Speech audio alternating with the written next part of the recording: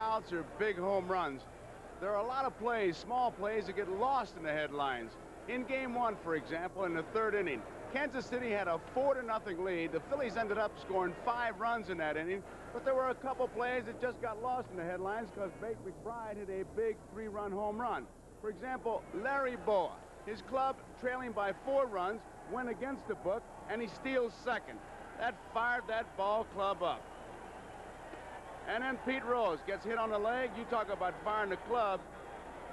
This play right here, now watch what he does when he gets hit. I'm sure you remember it. Almost like he was just indignant that he would throw at him. And then Bake McBride hit the 3-run homer, and the headlines went to McBride. But I think the 2 big plays that got him going in that game, the plays you just saw. It ended up with Philadelphia winning that game 7-6. Tom, in Game 2, I know you have some thoughts. Well, you know, the Royals, part of their success, a big part of their success has been Dan Quisenberry. 38 times during the season he came out of the bullpen. 36 times he held his lead. When his club had a lead, 38 times, 36 times he held that lead. He came in Game 2 with his club ahead of the Phillies, 4-2 in the 7th inning in Game 2. The Phillies began to rally, they began to slash, they began to put some momentum together. The big blow, Mike Schmidt's double up the right center field alley. By the time the dust had cleared and all the running was done and all the cutting and slashing, the Phillies had scored 4 runs, and they won the ball game 6-4. Tony, what about Game 3? All right, it was just a little over 12 hours ago, game number 3 last night, where the headline makers were talking about Brett and Schmidt matching up home runs. They were also talking about Willie Mays Aikens, his first major league triple he then scored. Then in the bottom of the 10th, a dramatic base hit by Aikens once again with the score tied at 3 to drive home the winning run, a game-winning RBI, which was the first World Series victory ever for the Kansas City Royals. But the thing that impressed me most, or stood out in my mind, was a big play that set up Aikens' game-winning RBI. Clint Hurdle in right field, George Brett at third, U.L. Washington at short, Frank White at second base, Willie Mays Aikens at first, Darrell Porter the catcher, Dennis Leonard the pitcher.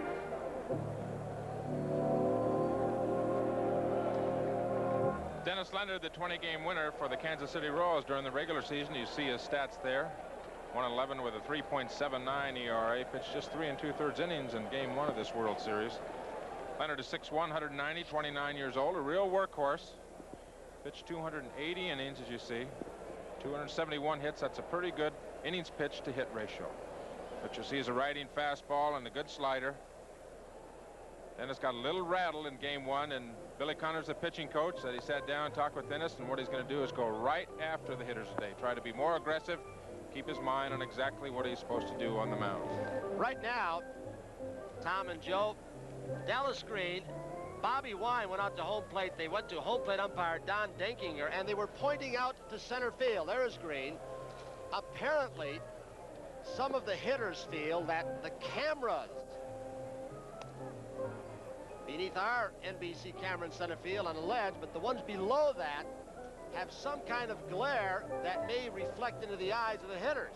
So Denkinger now is going out with the people hanging over the railing. He will probably request the PA man to say, hey, some of you get down. It's too distracting to the hitters. Tony, last night we had some problems. Ron Luciano was talking about it when Bill Kunkel came in from right field. Ron went to Kunkel to find out what that was all about last night. Yeah, what happened was we thought something was going on in the dugout, and what it was, they had a monitor in there. Every team tapes their batter, every swing he makes, and their pitcher, every pitcher he pitches. But that's not supposed to be in the dugout because they might steal signs or something. But here in a World Series, there's no place else to put it. There's no room behind home plate, and there's no room in the photographer's bench. And so what they had it in the dugout. And Paul Pryor kept saying, they're not doing anything. Will you leave it alone? They're not doing anything. They're not stealing anything. Kunkel says, hey, they're yelling at me down there from the bullpen because they can see what's going on. So let's remove it. And today they've removed it. We won't have any of that trouble. Now, they're not going to blame NBC for having theirs in it. Now, I just want you to repeat nice and slow, like all good umpires talk, and tell us whose monitor it was. It was not NBC. It was the Phillies' own tape machine. Sensational work, Ron. As we look at the ballpark, the dimensions, 330 down the line. Tricky corners here in this ballpark, Tony. It sure is, and while they are removing the camera that somebody put up today, we'll look at it. Somebody apparently added a camera out there that was distracting the hitters, or they thought might. When NBC goes in and any of the other networks, they request camera positions for the best shots for you viewers so that they will not also obstruct the play of the game. And somebody else added a camera there, and it is being removed. And there the NBC camera way up on top on the ledge. Those shots that you get that Joe often asks for, and Tom Seaver, where you can see the pitcher's signs and the movement on the ball. That's the shot you would get. So it's taking a while with this delay to get the game underway while they take down the camera. And Joe, we talked about some of the factors why this ballpark might favor against right-handed pitching the Royals. You might add another one today because most of their power is from the left side, and the wind is blowing out slightly to right field. A little bit of a crosswind. It will help balls in the right field corner.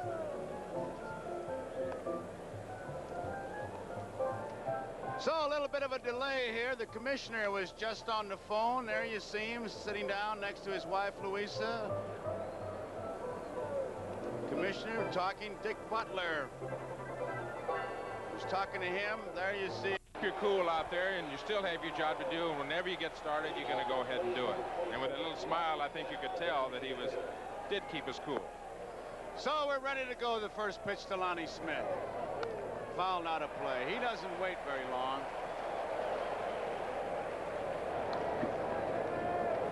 Smith 0 for 1, hitting at .364. I think one thing the Phillies will find out today about Leonard, he throws a little bit harder than he did the other day in Philadelphia. George Brett.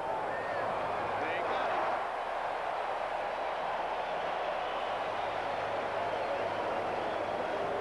George, after last night having to run a couple of times, came out this morning, said he is in pretty good shape, feels no pain.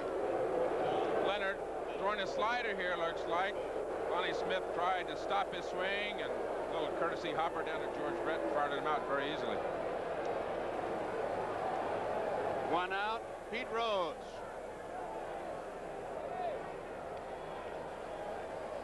One for 11.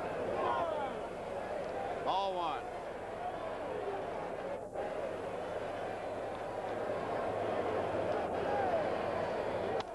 Out of play, and it's 1 ball and 1 strike. The Royals have been giving Pete Rose a steady diet of hard stuff on the inside part of the plate the last couple of games. Pete still with just the one hit that he got in the series last night, which drove in a run, broke his bat on that base hit, something that Pete Rose rarely does. But it'll be interesting to see if Leonard continues to throw him hard stuff. That was hard stuff. 1 ball, 2 strikes, 1 out.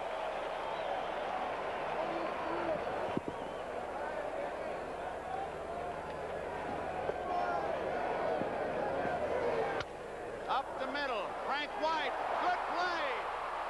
Didn't get it. Goes into the dugout. Akins missed it. Porter tried to keep it from going into the dugout, could not, and Rose gets an extra base. See how they score it. What looked like going to turn out to be a sensational play. Frank White off balance. This ball has got to be at least stopped by Willie Mays Akins. It may have scooted on the dirt. Darrell Porter hustled as hard as he could. Here's a different angle on it from right field. This will show you the range of Frank White. Goes behind second base. It's got to be stopped. And when Darrell Porter tried to stop the ball, sliding on his legs, it went into the dugout. So it'll be an error charge, I'm assuming, to Frank White. You can forget the assumption. It was charged to him, Tony. High fly ball. Wilson coming in. Makes the play. 2 outs. Rose credited with the hit.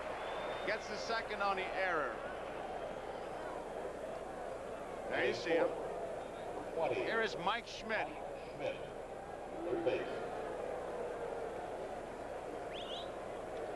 Ball game just underway. Smith bounced out. Rose hit a ground ball, and White made a great backhanded play. Threw it past the first baseman. Rose is on second. McBride is just flying to left. You haven't missed a thing. Schmidt with 1 home run. Outside. Ball 1.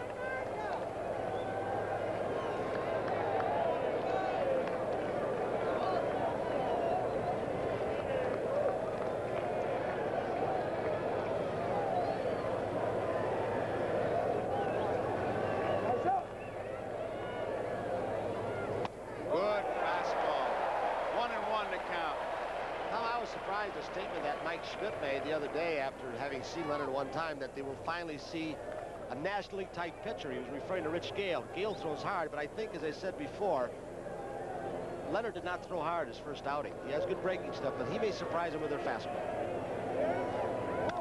It's fouled out of play. We got a reading yet on that famous radar gun? My buddy Paul Moscow over here tells me 90. We got a 90 down there. 90. Not too bad. So he's throwing pretty good. Use Dallas Green's expression, not too shabby. 1 ball, 2 strikes, 2 outs.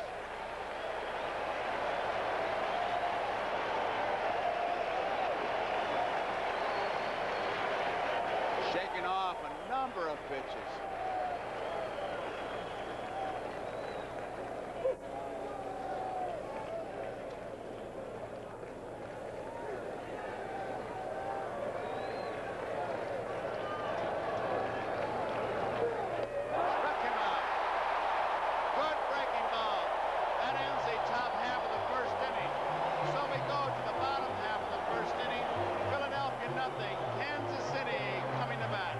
For Philadelphia, Dal Unser in left, Gary Maddox in center, Bake McBride in right, Mike Schmidt in third, Larry Bow at short, Manny Trio the second baseman, Pete Rose at first, Bob Boone the catcher, and Larry Christensen the pitcher. And Joe, as the lineups were taken up to home plate, we'd gotten the word just before the game started. The original lineup had Lonnie Smith in left and Unser DHing. Now, Dallas Green finally caught what he had done, and he finds out that he can play the man there. Unser, who's a much better outfielder than Lonnie Smith in left field, so he changed those spots. He has made Unser the left fielder and Lonnie Smith his DH. Larry Christensen, the pitcher for the Phillies today, 5-1. He had elbow surgery early in the year and came back off of that elbow surgery very quickly. Pitched just 73 2/3 innings, 6'4", 215 pounds, just 26 years old, a big, strong man. You'll see an overpowering fastball at times, good riding fastball with good control, and an outstanding slider. There's a curveball on occasion, a changeup on occasion, just maybe 6 or 8 times a game, but mainly you see a very good fastball and an outstanding slider. Willie Wilson, they've been able to get him by keeping the ball in on his hands. Let's see how Larry goes. Right down the middle. Strike 1. Good fastball. You can hear that ball pop all the way up here. This is grip. 1-1. He chokes up on that bat. He just needs to hit the ball to where it touches the ground twice, and he's got himself a base hit.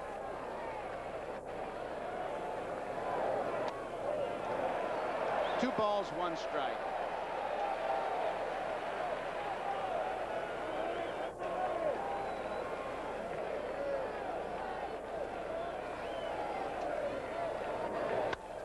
Base hit. He's on.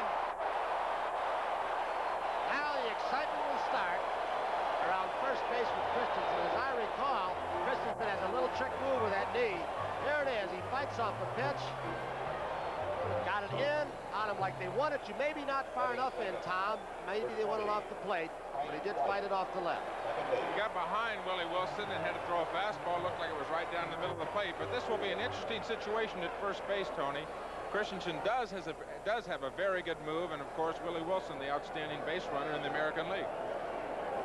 White is the batter, and Boone may have noticed something in Wilson's running because he was ready to double pitch out. There's the move. It gets by all the way to right field. He may go to third. He will go to third. And if they don't hurry, he'll score.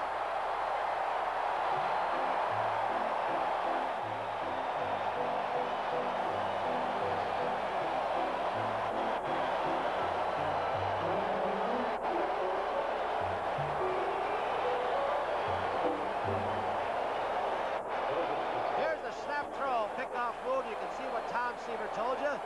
That ball, Pete should have had. Ball hits his glove. Wilson did not come back diving.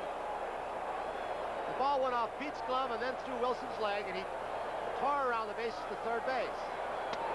Strike 1. Good fastball. Willie Wilson makes it happen. White. 2 for 12, a 167 average. Last night struck out 3 times. And there's strike 2. The error goes to the pitcher, so both teams have errors. Blocked nicely by Boone. First inning, they gave an error to Frank White, and now Christensen has it. Boone really does a good job of blocking the ball. If you get your body in front of it and keep the ball from going behind you, you've done the job. He usually ends up catching him. Look at that, right in front of it. And hitting a couple times, but no one can advance. Good play. Popped up, foul territory, it'll be out of play. Count 1 ball, 2 strikes. The Phillies are going to give up the run. They're playing back in the infield as we look at Willie Wilson. There's a possibility a bang-bang play down to Schmidt at third base or Rose at first. They may try. They may try if they look like they've got a play on Wilson. There's the defense back. 1 ball, 2 strikes. Nobody out. Outside. 2 balls, 2 strikes. The on-deck hitter, the franchise, George Brett. And a hot water bottle.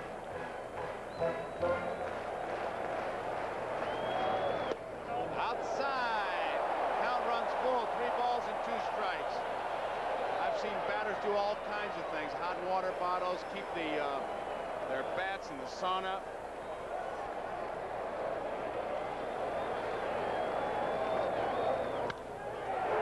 Short right field, Bake McBride. Wilson tagging up. He starts up holes as the throw comes in. And you can see how Bake McBride knew the speed of Willie Wilson at third, because he wasted no time to get that ball back. And Wilson has been outstanding scoring a short fly ball. McBride played the ball very well, Tony. A 3-2 pitch fastball out over the plate. White popped it up to right field. McBride got behind the ball where he could set his feet, go through the ball, and make a good throw to home, good strong throw to home. And I think if Wilson had tried to score, he'd have been out. Would not have been a very bright play had he tried to score with this fella coming up, because here's a fella drove in more runs in games he played. George Brett. Outside. He had 118 RBIs during the season. He played in 117 games.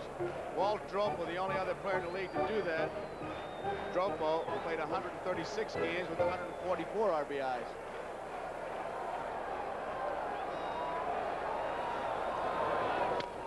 Tapped foul. Defensively in the infield, as Jose Martinez throw the ball out. They throw balls out more often on artificial surface. It gets scuffed. But look at the infield. Left side playing in for play at the plate. Trio is back, and Rose is in. 1 ball, 1 strike on George Brett. 1 man out. Bottom of the first, no score. Base hit. Extra bases. At least a double. He's digging hard. He's going to go for 3, and he'll make it. And he slid.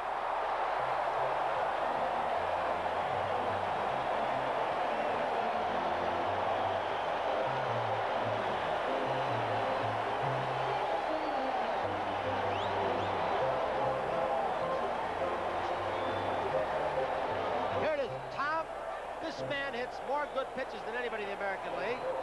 Wasn't down enough, but it was down and in, a breaking pitch, and he showed the kind of speed he's got. Here he comes, second to third, he slides. Said he was going to try head first, but not that time. He slid a little bit more on his side than he usually does, and came up with a grin on his face. So everything is in working order. 1-0, Royals lead, Willie Mays Aikens, and now the infield has moved in. It's fouled back.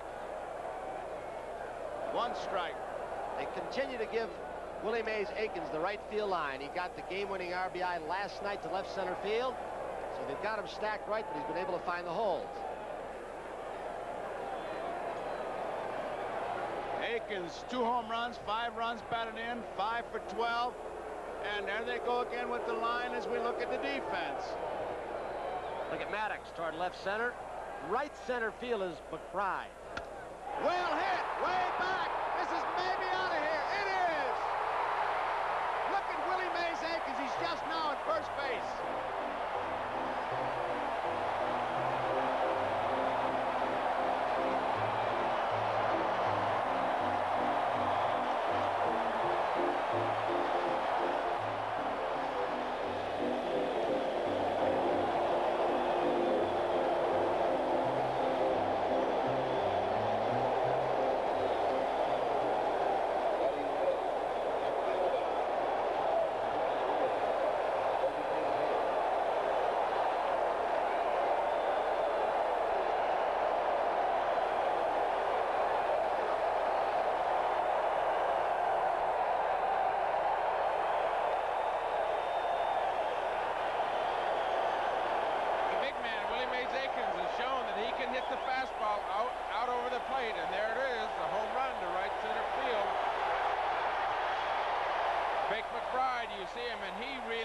That ball. Aikens just has come out of the Royals dugout and given the fans a wave.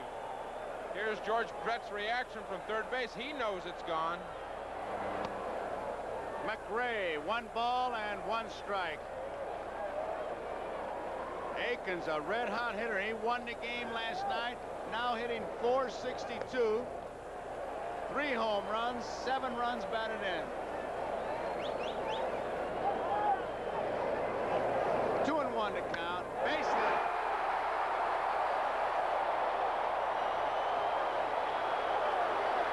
He stretches it. How about that?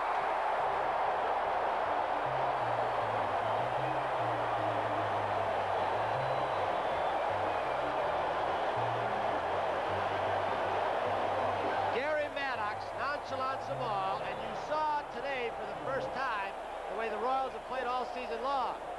He took his time in center field, Maddox, and look what McRae did. These guys bust out right out of the batter's box. They don't wait till their first base before they start moving. There was a case of literally stealing a base on an outfielder. And last night they won their first game, and they have really come out. And you heard Jim Fry tell Brian Gumbel as we look at Hal McRae, if we can score a couple runs early, it's going to be tough. Well, they have done that. Pete Rose trick. Rose always used the expression as we see McRae sliding again. My stolen bases come when I hit a single and turn it into a double. McRae may have learned that from him too, Tommy. So it's 3-0, 1 man out. The batter is Amos Otis, hitting at .545.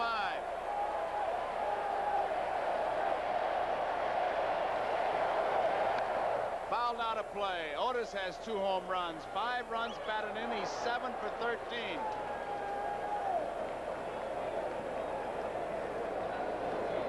The Philadelphia bullpen up.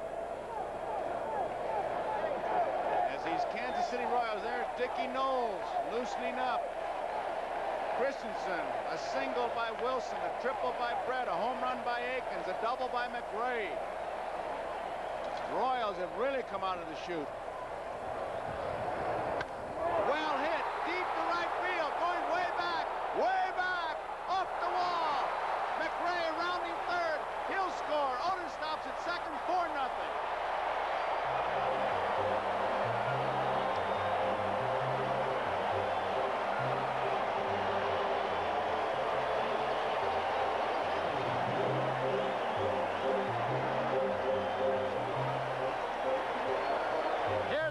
McRae at second base. McRae goes back initially. Might have been a slider or a cut fastball. Right field, Gary Maddox, as the ball hits the wall, mishandles it a little bit, but he wasn't going to get McRae anyway. There he starts bobbling it around. McRae circles third base and comes on home. They had better stall for time out in the mound, which Pete Rose is doing, and let Dickie Knowles get good and loose. They have hit some shots. You might want to watch now the change in attitude. Remember, the Kansas City Royals led 4-0 in the first game. Dallas Green is coming out now. It's a 4-0 lead. Looked like Kansas City was going to blow Philadelphia out in that first first game, those Phillies came roaring back. It'll be an interesting just to watch to see the change in attitude. Hey, all 3 games have been crazy. The first 2 ball games, you might have thought, as Green waves to the bullpen, they were Kansas City's the way the game went. Last night, Phillies strand 15. You say, hey, that ought to be their game. We've had 3 like that. Could happen again. And we're going to have a pitching change. And we've got a break in the action, but we've got plenty of fireworks. Have hit Larry Christensen very hard. 5 hits and 4 runs here, still in the bottom of the first inning. The last time Larry Christensen pitched was in the playoffs against the Astros. That was in relief, and he got hit fairly hard. In the game that he started against the Astros, he pitched very well, but the last 2 times out have been very tough on Larry Christensen, and obviously you can tell the frustration that he carries right now. New pitcher now. Dickie Knowles has come on to face left-hander Clint Hurdle. And middle relief is not quite as important with a designated hitter. You don't go to it, I don't think, quite as often. But when you look at Philadelphia, they've got McGraw in short relief, Carlton starting from left side, and Soche, who they use in short relief at times. They better come up with somebody else somewhere that can go a few middle innings in situations like this from the left side. Outside. Ball 1.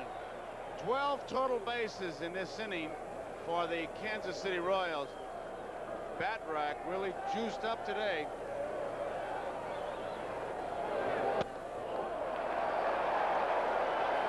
Ball 2.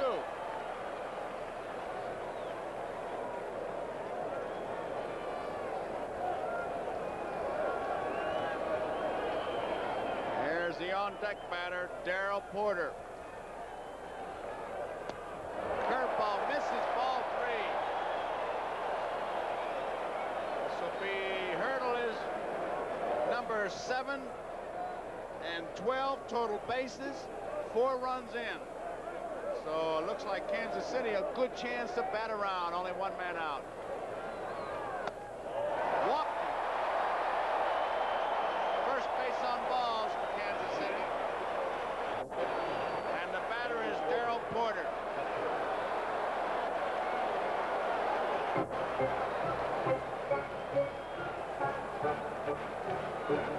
Porter looking for his first base hit. He's 0 for 7. Open stance, a pull hitter. Wind is blowing out. There's his strike.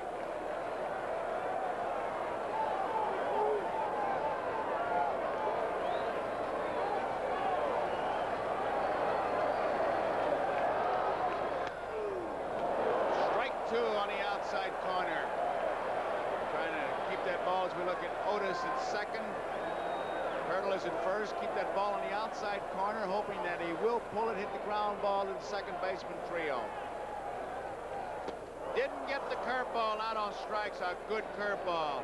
So there are 2 away, and here's the 9th man to bat in this inning, UL Washington. UL Washington, shortstop. Big inning for Kansas City. A single by Wilson, a throwing error, trying to pick him off, send him to third. A triple by Brett, send him in. A home run by Aikens. A double by McRae. A double by Otis. 4-0.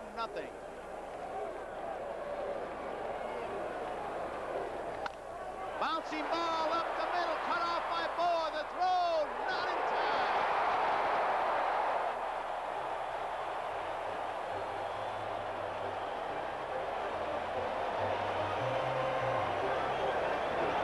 Larry Boa saves a run. That runner from second base can't score. Another artificial surface hit. He saved run, didn't get it out, but it could turn out to be a big play before it's over with. Showed nice range, Tommy. Excellent range on the AstroTurf. Larry getting off a good throw, but Washington certainly does run very well. Play might have been to second base the easiest play, but neither man was there. Trio was going after the same ball. Nobody covered. Wilson takes outside, ball 1. In the pregame interview with Brian Gumbel, Jim Fry, the manager, used the expression rabbits, and this is a royal attack. This is the kind of rally. The rabbits run and the big guys hit. 2 balls, no strikes. Or in my day, they would say the nits and the gnats bite you, the lions and tigers will eat you. All the base runners are on. Otis at third, Hurdle at second, Washington at first. 2 outs. Bouncing ball. Rose will have to run hard. Raced by Knowles. Got him. That guy's exciting, hitting a bouncing ball into first baseman. Inning ends. Crowd reacts on their feet.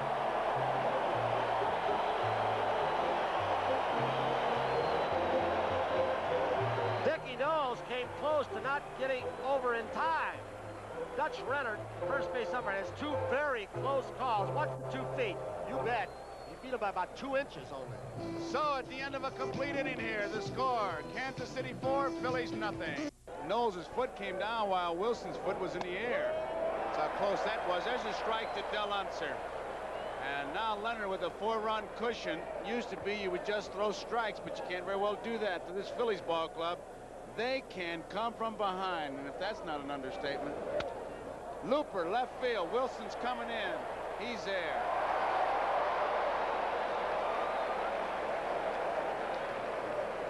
Willie Wilson, Number 31. described as the most disruptive, productive concentration breaker in baseball. And I'll buy that, I'll tell you.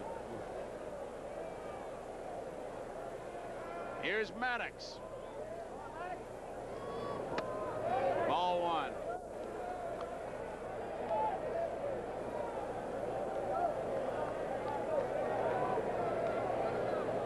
Maddox 2 for 10, takes inside, and it's 2 balls, no strikes. No home runs, 1 run batted in, hitting at 200. Wide stance. Looper, right field. It's going to drop for a base hit. Hurdle plays it on a big hop. Maddox is on. Does this situation look familiar? Game 1, 1 out. Kansas City leading by 4. Boa stole second base, surprised everybody, and shook up Leonard. Not Boa on first, but it's Gary Maddox. See how Hurdle waited back on that ball in this artificial surface so it wouldn't bound over his head. Guys don't try for as many shoestring catches on those little loopers on this stuff. Perfect example last night when Lonnie Smith tried it in left field and Akins ended up with a triple.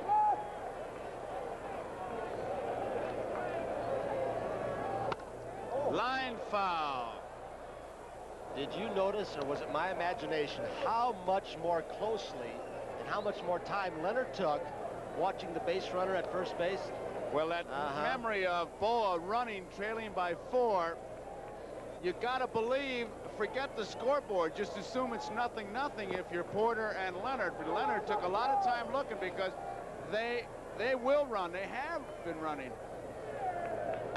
Fouls it back. Manny Trio, high fastball. Trio 3 for 11, hitting at 273, 1 run batted in. Kansas City 4, Philadelphia nothing. Top of the second, 1 out, 2 strikes to count on Trio as we look at Dennis Leonard.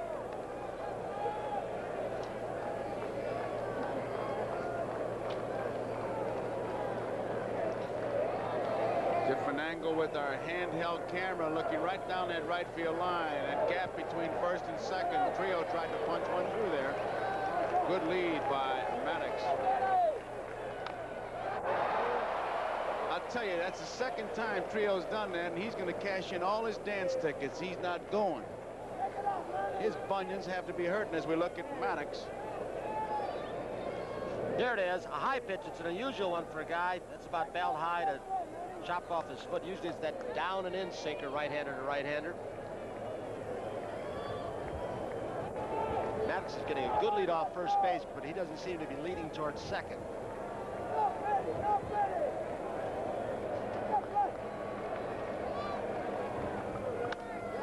Ground ball, could be 2. There's 1. Nope.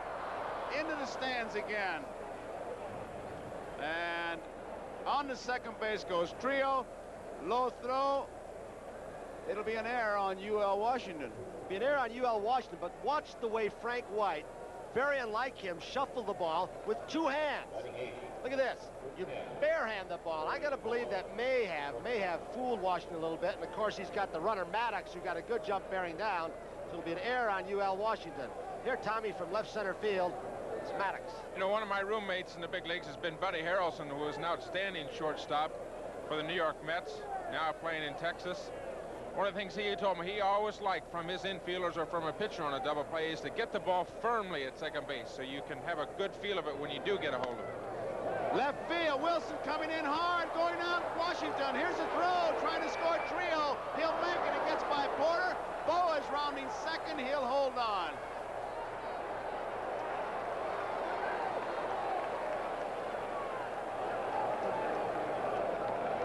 Trio was coming all the way. It's a 4-1 ball game. I tell you, a 4-run lead is not safe with this ball club. So the error on UL Washington hurts. Willie Wilson does not make a good throw. As shallow as he was playing, he took too much time right there, and then he throws the ball offline. And Leonard was not backing up Porter, so they made a few mistakes on one play. Watch how much time he takes. He's got to throw that man out. I think the reports probably said as you saw Leonard, he wasn't back at home plate in time. Talked about Willie Wilson. His arm is not very strong. It's average.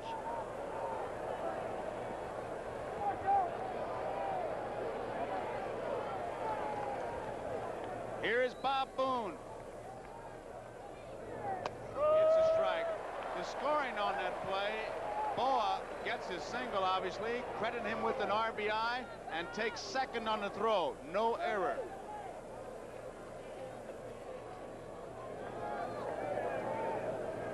Bob Boone.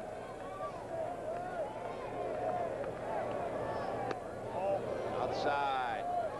You know, one of the things, Tony, that I've noticed now going into Game 4, of all the people that I've talked to around the American League people, the American League writers, they've told me that this Kansas City club does the fundamentals correctly, that they do the fundamentals very well. And there's many, many times during this series I haven't seen it. They have not done the fundamentals well. You're right, they haven't. High, 2 balls and 1 strike. The on-deck batter, you saw him with Lonnie Smith. His Phillies ball club, they do one great fundamental. They can come from behind. Here comes the pitching coach, Billy Connors. Tom, you know, there was no error charged on that when the ball got by Boa, and I know earned run averages don't mean a thing in World Series play. But that is unfair because the runner's in second base. Should he score, it's a run charge to Leonard. That team air concept they talked about, you got to give it air to somebody for over the sake of the long haul. I think for a pitcher's ERA. 2 balls, 1 strike, 2 outs, 4-1. Boa's at second base. We're in the top of the second.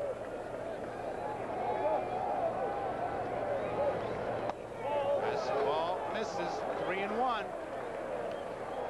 Joe, Billy Connors went out. Did you look at Larry Boa? Billy Connors went out to talk to Dennis Leonard. What Leonard will have a tendency to do sometimes incorrectly on the mound is to drop his elbow and start getting the ball up high in the strike zone. Well hit. Brett is there. The throw in time, and that ends the inning. The Phillies score 1 run. So as we go into the bottom half of the second inning to score here, Kansas City Royals 4. Kansas City leading. We're in the bottom half of the second inning. Kansas City came out of the chute, but so did the Phillies. Greg Luzinski, who had that viral infection, is here with the ball club. He is not playing. And let's get a report from Merle Harmon. All right, Joe. Bill Giles is the executive vice president of the Phillies. Where's the Bull? Well, the Bull wants to play, but he's feeling still a little weak from that influenza. I think he might be in there pinch hitting before the game's over, and he'll be ready to play tomorrow. All right, he was the DH in Philadelphia. Isn't the DH ideally suited for him? Yes, I think it is. He's not that great a defensive player, and I think the DH is a good position for him. All right, Bill, thank you very much. Now back up to the booth. Strike 1 to count on Frank White. That was Philadelphia party line as we look at the Royals. Talked to the Bull before the game. He said, if there's Dallas Green, if I'm not playing, if Dallas Green thinks somebody's better than I, fine. But he should at least tell me why I'm not playing. Remember, Luzinski had 2 game-winning RBIs in the championship series, a home run and a double against the Astros.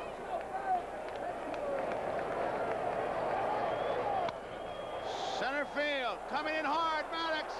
He's there, 1 out. Tony, I don't want to belabor the point, but it sounded like when you talked to Luzinski, he might have been a touch upset. Oh, was he? You talked to him also, didn't you, Tom?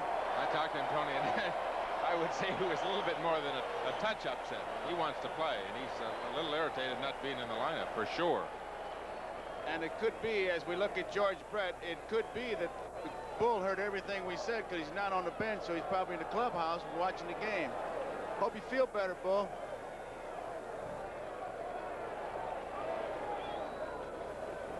George Brett, what a hitter. A triple his first time up. Brett, I don't know what you can say about this guy. 6'11". Takes it low, ball one, comes off what they called minor surgery, hits a home run his first time up after the surgery, triple this time. Hard hit, nice play by Trio. That is what is known in the major leagues as a hard out. The first baseman, Willie Aikens. Manny Trio, one of the smoothest fielding second basemen in the National League with a whip-like arm. I love to watch him throw. Looks like he's never going to get rid of it. And then pop, perfect throw to Pete Rose. Here is the man of the hour. Last night it was his base hit that won it. He also had a triple scored. Had 2 home runs in Philadelphia. Hit a 2-run homer in the first inning. Ball one, Willie Aikens. Aikens with 17 total bases, leading all hitters. 7 runs batted in. Now that's what I call a Kansas City fan with a billboard yet.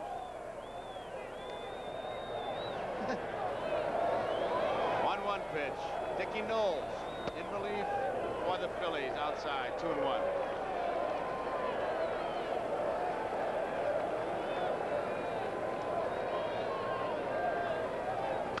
Well hit, deep to right field, another one. He's not even left home plate. He was watching it much like Reggie Jackson.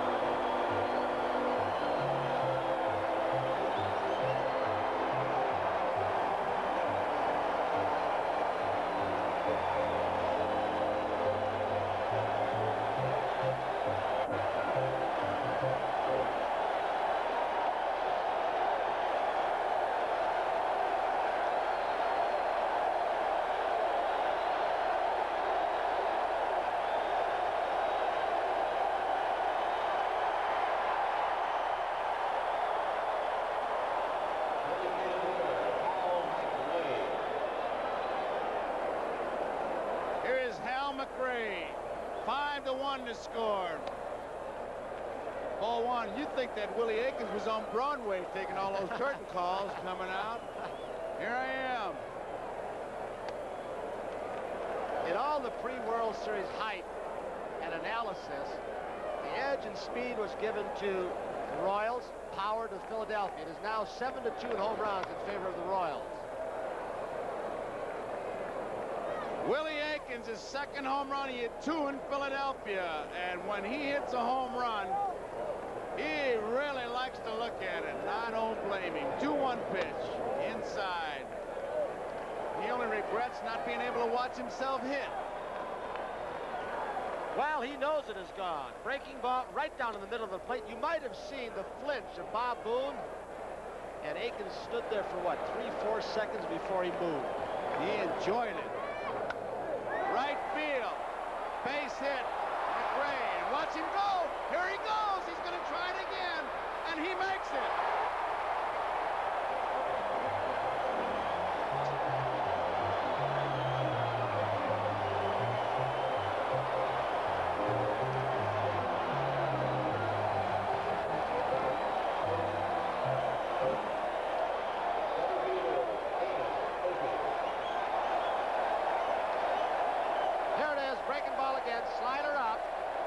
And you can see how he made this double as he broke the shoot. McBride played it pretty quickly this time, unlike Maddox. But they've got a scouting report of these are. And there goes McRae. What is that, the 6th extra base hit for the Royals? They've got the juice turned on, don't they? The difference in the attitude. Remember, they led 4-0 in Philadelphia, and they seem to say, well, that's enough. But they are really good. This is Kansas City Royals brand of baseball right here. Otis, ball 1. It's aggressive. Hal McRae has hit what would amount to a single for most ball players, and he has just literally stolen a base on 2 different outfielders. Maddox in the first inning, and here on McBride. He doesn't stop. He gets to first base and makes a left turn going one way. Fastball, 1 ball, 1 strike. Aggressive base running, aggressive hitting, power hitting by Willie Aikens. As Whitey Herzog did when he had this club, Jimmy Fry said the same thing. Do not be afraid to make mistakes of over-aggressiveness on the bases. If you get thrown out, I'll take the heat. So they don't fear running bases.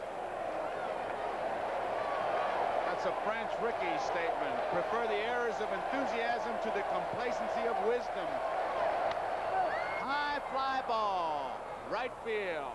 McBride is there. Ends the inning with the Royals. Another run. Tremendous home run by Willie Aikens at the end of 2 to score. Royals 5, Phillies 1. There was the man of the hour coming out of the dugout. And take a look at this home run that he hits once more. What a ball game. Lonnie Smith, ball 1. Tell you, Willie Aikens imitating Reggie Jackson in many ways by watching the ball as Smith hits a high hopper to Brett. And who can ever forget, talking about Jackson, those 3 home runs he had against the Dodgers? Will Willie Aikens do that today? I recall he hit those 3 home runs on 3 swings, 3 consecutive swings, didn't he? I don't know, but he hit them a long way, and those 2 that Willie Aikens has hit are really not cheapies. Pete Rose with 1 out, nobody on. He was safe in the first inning. And an infield hit, went to second on an error. Strike.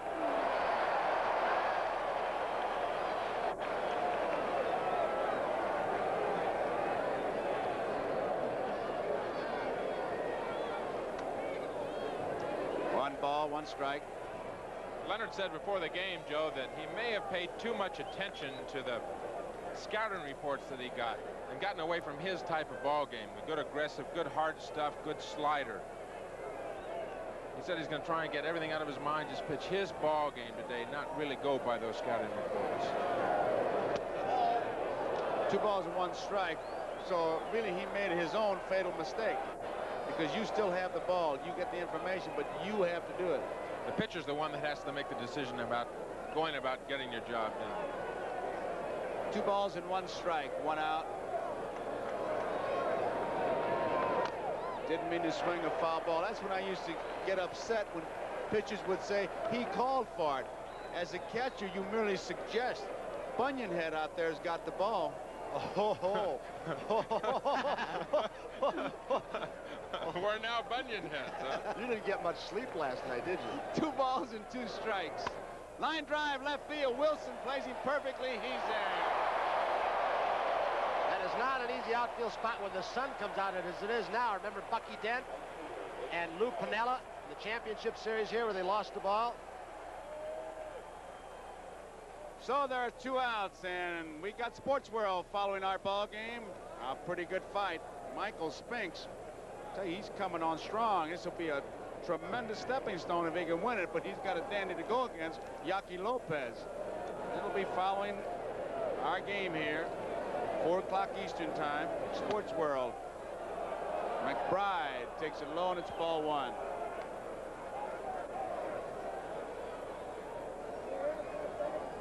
They're yelling at Dankinger. That's why he's looking over to the Royals dugout, because they said that McBride bunted at him. He was just waving, trying to be distracted. 2 balls, no strikes.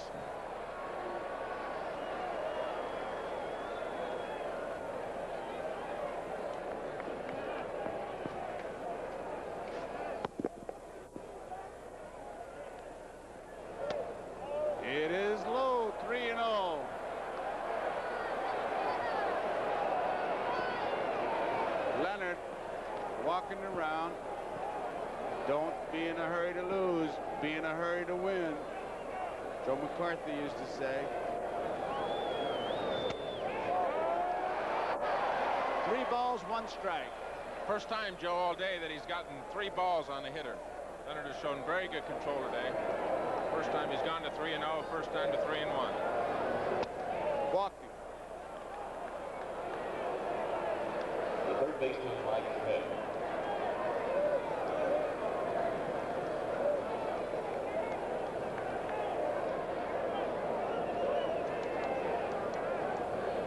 Mike Schmidt. 2 men out. Base runner at first, McBride. The score, Royals 5, Phillies 1. Sun has really come out. I mean, it is bright now. Shadows starting to creep towards the infield. Not a factor yet.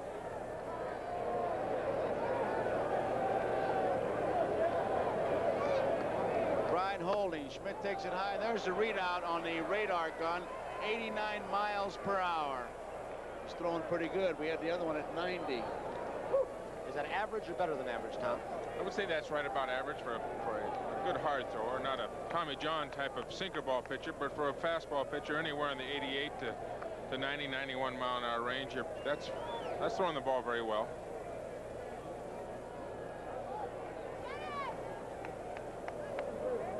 There you see the insert. You'll see how fast he's throwing it, and if he hits the ball, Schmidt does, you'll see how fast it goes off the bat. Breaking ball. The 56, you see, was the catcher's throwback. We got him covered every which way.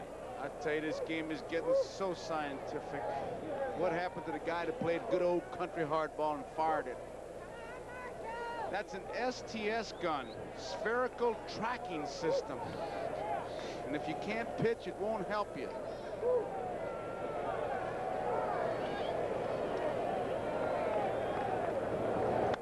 Foul straight back. Look at that number. 91, the hardest he's thrown. Tom, is the variance in his speeds, the fact that he might ride a fastball, might take off and then turn a fastball over, try and sink it, that would be the little bit slower one? Leonard throws 2 kinds of fastballs, the sinking and the riding fastball. He can be overpowering at times, and the harder the fastballs, that last one over 90 miles an hour, would be the riding fastball. That's why Schmidt got under it, hit the bottom half of the ball, and fouled it back over our heads. And the other sinking fastball would be in the 88 to 90, 89 mile an hour range. There, false start. Looked like he was going, McBride. Schmidt fouls it off. Count remains at 1 ball, 2 strikes, 2 outs, 5-1. Kansas City leading 3rd inning. The first person that I'd heard of who used the radar equipment was a college coach, Danny Litweiler. Then Earl Weaver picked it up, experimented with it in spring training in Miami, uses it at times, but they gauge breaking pitches and difference between fastball and changeup also. So there are a lot of important ways it can be used, not just measuring sheer speed. Pull foul. You know, the first I ever heard of this radar thing is when that state trooper caught a tree going 35 miles an hour, and then the second time it was a barn, and they had some kind of a court suit. 1 ball, 2 strikes, 2 outs.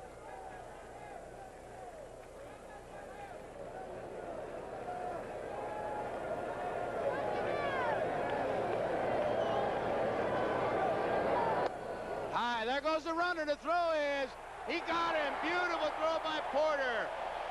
Porter to White gets McBride. So they're trailing by 4, but they're still running. So 5-1. Royals leading the Phillies, and we talked about Reggie Jackson's home run. Who can ever forget him? Here comes a fall class. Glenn Hurdle takes it on the outside corner, and it's strike 1. Hurdle walked his first time up. High. 1 ball, 1 strike.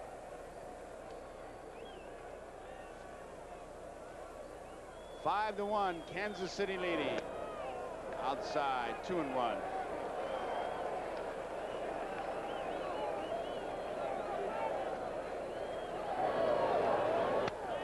Off the end of the bat, it's going to be trouble. It's a base hit. It'll be extra bases. Another one. Hurdle is on at second. That is the 4th double triple, and 2 home runs. They have hardly stopped at first base. Just make that left turn and go.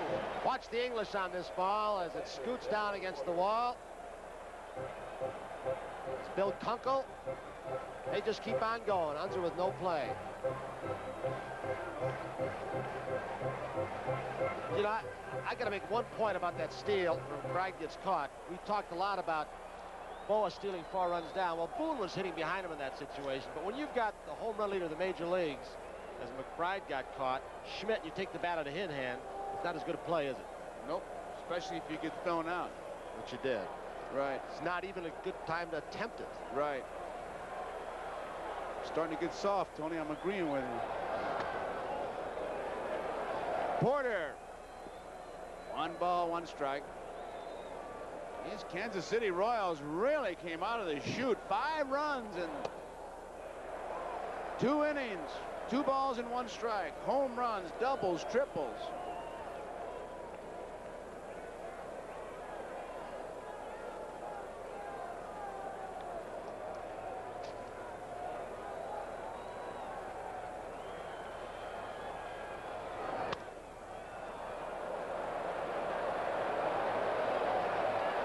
Schmidt in foul territory makes the play. Joe, you can tell when a guy like Porter's in the slump as we look at Hurdle at second. When he tries to pull the ball, he's a natural pull hitter, and he can't pull the ball. He's pulling off the ball. He wanted to get that runner to third base, at least a ground ball with no outs, and he pops it up to the left side. It's really hurting with the bat. Hurdle's at second. Here's UL Washington.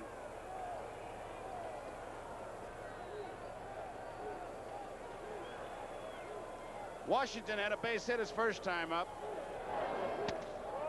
It's a strike.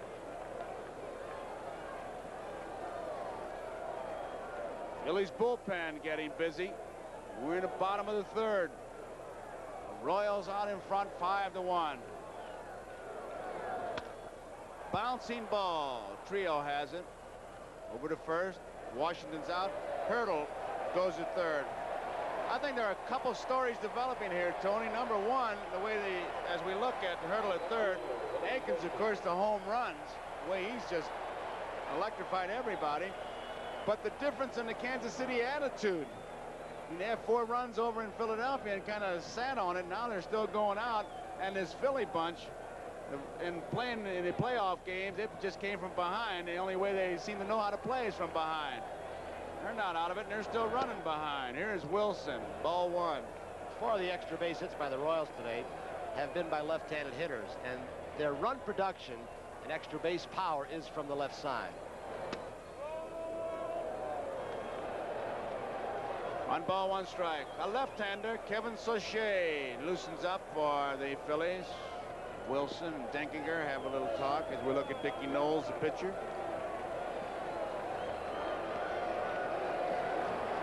Hurdle at third. There's a strike. Wilson had 184 singles this season, which is a new American League record. He went to bat 705 times.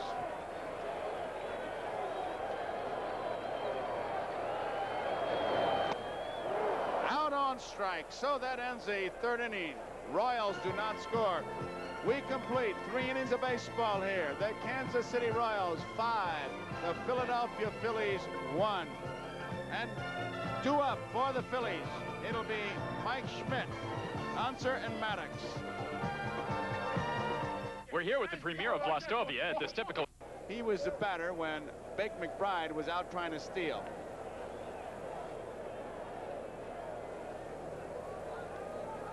Schmidt was out on strikes his first time up, a long way from the plate. Bunts it beautifully. Leonard is the only man who can make the play, and he can't. So Schmidt gets it started. They need base runners, and the big guy says, I'm going to get something going. That could ignite him, Tom. Mike Schmidt is an exceptional athlete, handles the bat extremely well, a great fielder, outstanding speed for a good man. He bunted last night, bunting again today, trying to get something going. Leonard makes a mistake and looks toward the runner before he gets his hand on the ball, but even if he had, it was such a good bunt, I doubt if he could throw Mike Schmidt out. Mike has outstanding speed for a big man. Here is Del Unser. Unser, the left fielder. Takes outside, ball one. He's really bounced around, Unser. His father, former major leaguer, and I just love the line he used after his clutch hit when he won the game in Philadelphia. He said, "This scratches a 30-year itch for me." That's how long he's waited.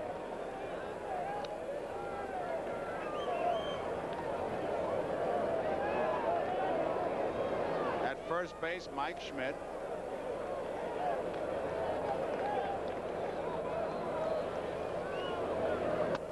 Here's a strike. It's kind of interesting on this Phillies ball club. Ray Boone, his son Bob, Al Unser, his son Del playing here. One ball, one strike, nobody out. Dennis Leonard with a 4-run lead. It's 5-1. Kansas City over the Phillies. We're in the fourth. Schmidt is back easily. Joe and Tom, we've got some action in the bullpen down at Kansas City for the Royals. The 1-1 pitch. High fly ball, left center field. Wilson, Otis. Otis says, "I'll take it." And he does, so there's one away. You see that often in this ballpark. It is a rough sun feeling left, and it is glaring in the eyes of Willie Wilson. So Otis will come over and look away from the sun and take a lot of balls away from him. The shot there, see how big this park is in the alleys. 385 in each alley, and then it goes out to 410. Wilson, you can see the glare of the sun. The glasses are down, but he still hasn't picked up the ball. He's almost trying to look through the webbing of his glove. I've heard some outfielders have tried that to break up the glare, but Otis comes over and helps him out. That is the best way. Here is Maddox. First pitch, hits it. Little dribbler, Akins will race him and got him. Long call, just did get him.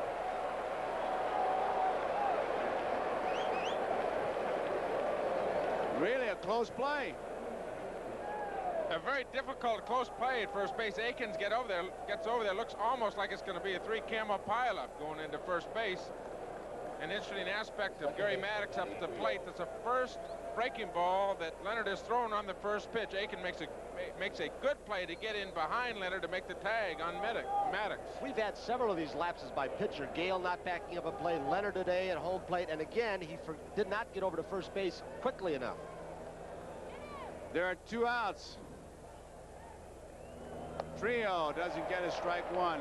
That's Leonard really on top of that play, hesitating. Looked like he wasn't just sure. He has had 3 close plays, making those Fox River Valley folks, the area he comes from, Wisconsin, very happy, calling him a good ball game at first. Trio hit into a force play. Went to second on an error. He scored on a base hit by Boa. There's one to right field. Hurdle is going back. Should have no problem. Makes the catch. And that ends the 4th inning for the Phillies. They do not score. So we go to the bottom half of the 4th inning to score here. Royals 5 and Phillies 1.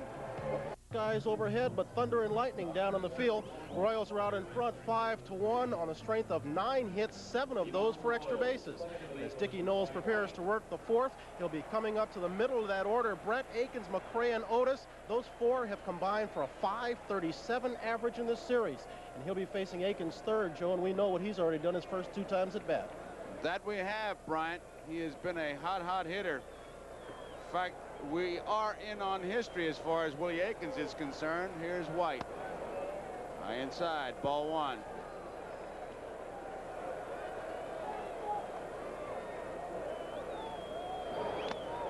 Didn't get it.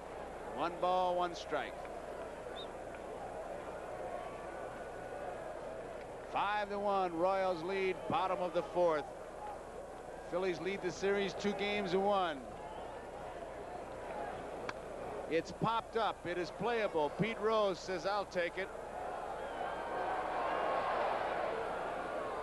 1 out. There's the blimp. The third baseman, George Brett. There's the pilot. He's got some seat. All right.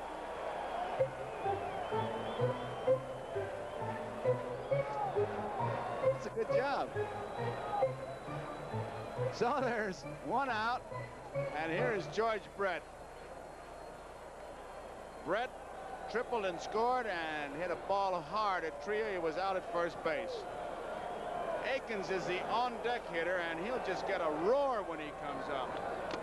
Strike one. Akins, the on-deck batter, is the first player in history to hit 2 or more home runs twice in the same series. And Jackson's 3 home runs, Reggie Jackson's 3 home runs you saw in the flashback, were 3 years ago today. Right to the day. Trying something new on Brett this time up, who's hit the ball hard almost every time in this World Series, but they're still playing him to pull in the outfield, but they went fastballs low and away. He had a fastball low and away from Davis. That guy's got to be a George Brett fan, that youngster. Well, that kid, he was supposed to call his mother, but he brought a hot dog and made the sign up.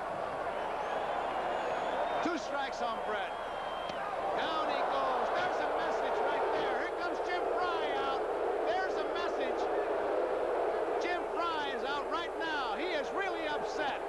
He is really upset. 2 strikes, no balls, and he really low-bridged him. Fry wants to go after him.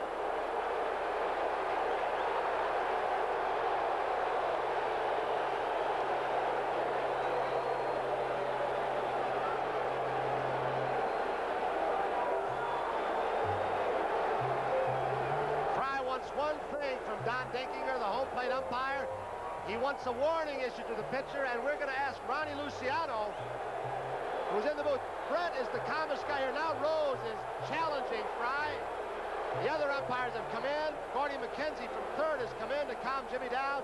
He wants no one, Jimmy Fry, messing with the man you called the franchise last night, George Brett. So they have stirred up Jimmy Fry. Pete Rose also. Brett very calmly just hanging around, but he really got flipped. We're going to show you the pitch. Ronnie, I want you to talk about this after he gets flipped. What an umpire has to do in this situation. Watch George go down. 2 pitches down, low and away, and then he comes high and tight. Quick reaction by George. And this is the only time an umpire has time to think. Here it is. He's looking at the pitch. He sees it comes high in on George, and he's saying to himself, listen, I've got to warn him. What am I going to say? I've got to pick up my words perfectly. And at the same time, while he's watching this, he looks out of the side and he sees Fry starting to come out of the dugout. So he waits until Fry comes out there, and he gives him a little extra time to go out and say it. He was going to go out to the mound and talk to him, and he's going to tell him, listen, if it come close again, you're gone. Not only you, but I'm going over to Dallas Green, and Dallas is going too. And by the same token, if Dennis Leonard throws at anybody, Dennis Leonard is going to be gone, and Fry, you're going to be gone too. Unfair rule. Unfair rule. The first guy can take a shot, and the next guy who might let a ball slip, he's thrown out. Why? They don't want anyone hurt. The heck with the shots. I get 1 shot, you get 1. None of this even up stuff. We don't want anybody hurt, and he's going to stop both sides. Okay, guys, settle down. Curveball inside. Ask about it. Strike is called. You'll hear a boo. There is Dallas Green. He was warned by Denkinger. So the message is clear. Let's see what happens now. The man who hit the 2 home runs.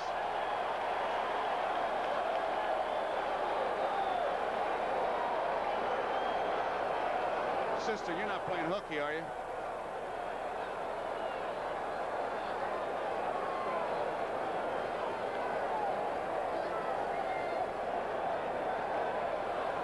Here's the man that hit the 2 home runs. Curveball is a strike. He tied a record today for home runs in 2 consecutive innings. Ruth in 23 and 28. Hits it foul. Kluszewski in 1959. Jackson in 1977. George Brett, he is upset. I don't blame him. That was as good a knockdown as you'll want to see.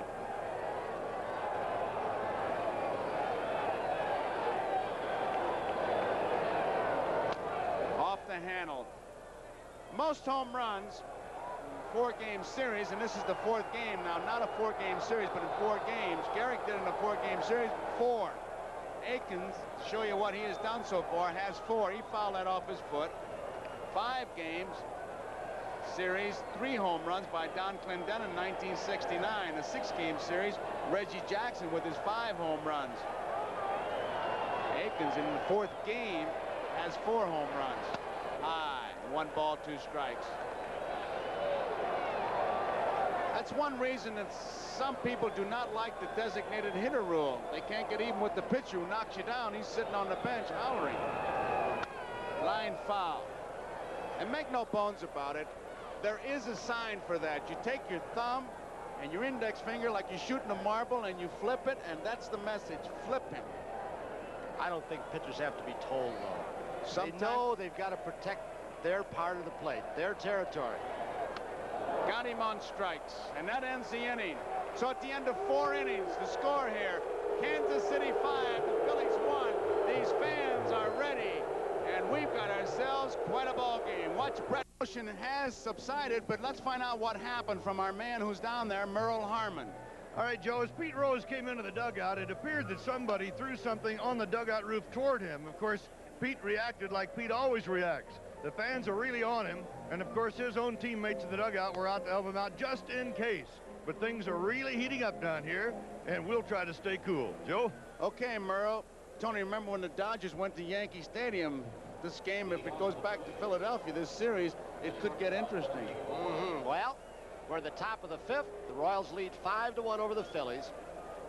The calmest man through it all was George Brett. He went back to the on-deck circle. He smiled. When he went to his position, he tapped Maddox and McBride coming in from the outfield with a big smile. Don't know what he said, but he was very calm. He knows the pitcher has to do that once in a while. Move you back. Boa. Sliced out a play foul. When he went by McBride, Tony, going over to his position, he looked at him, put up his thumb and his little finger and said it missed me by just that much. Both of them had a nice smile on their face. Boa was involved in the only run for the Phillies in the 2nd inning. Maddox single, trio. Hit into a force out. UL Washington threw the ball away. Boa hit to right field. Hurdle has it. Boa's the man with 1 out here who in the 2nd singled home the only Phillies run. Well, executive wives go through pressure. Mrs. Don Oldmeyer watching the game. Lady nearest the on the right side of the screen. Is he going that good? Pretty good catch, huh? Bob Boone, leadoff hitter, Lonnie Smith. Dennis Leonard, who's had some long sits on the bench before the game, the first 2 innings during the incident where Brett was knocked down. He had to sit and wait through that. Still got pretty good control. 1 ball, 1 strike. When that happens to a pitcher, Tony, what he'll try to do if he's on the bench and is in the middle of a long inning when his team is hitting,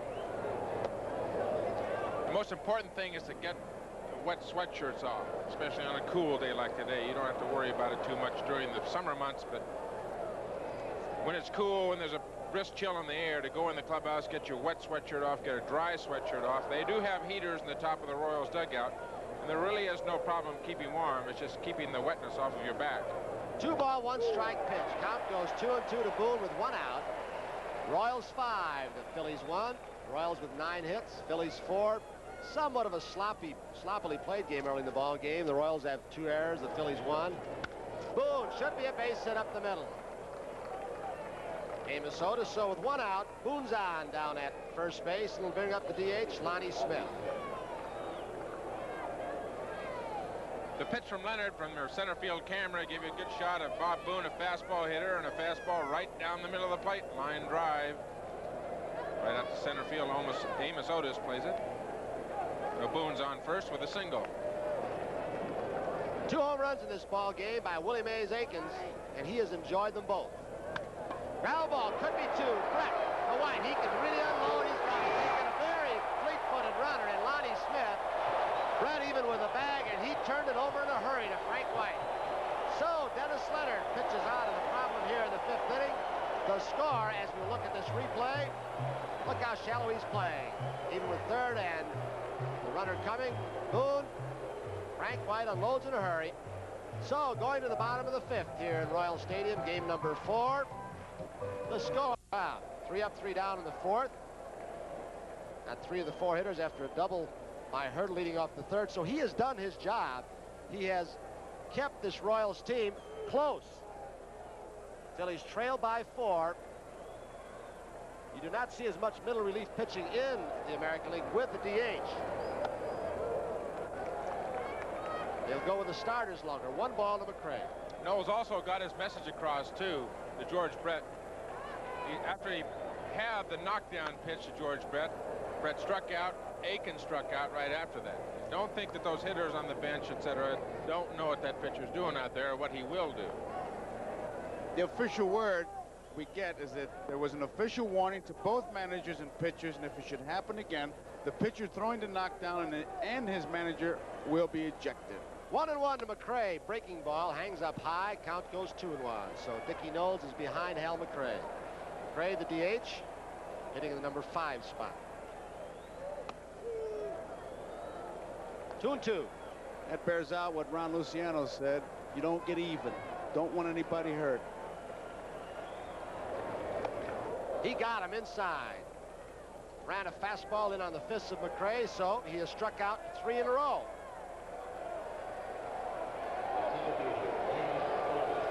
Now it's A.O. Amos Otis with a double and a fly ball to right field. 5-1 with a full house once again. A little over 42,000 people here in Royal Stadium for game number 4 of this World Series. Phillies won the first 2. Kansas City won last night to get back in the World Series. And fellas, we are not being self-serving when we say this, but we got to compliment our engineers, camera crew, George Finkel, who produced the games in Philadelphia, Mike Weissman here, Harry Coyle. We've got great pictures for us. Thank you. Base hit by Otis on a breaking ball up the middle. So he's on. He can steal a base and hurdles the hitter. Left-hand hitter will give him some protection. Otis 2 for 3 in the ball game, a double and a single. We're in the bottom of the 5th with 1 out. Royals leading 5-1. Royals with 4 runs in the first inning, another in the second. Phillies came up with their only run in the second. Royals have 10 base hits. Phillies 5. Perla's walked and doubled. A little squib double down the left field line.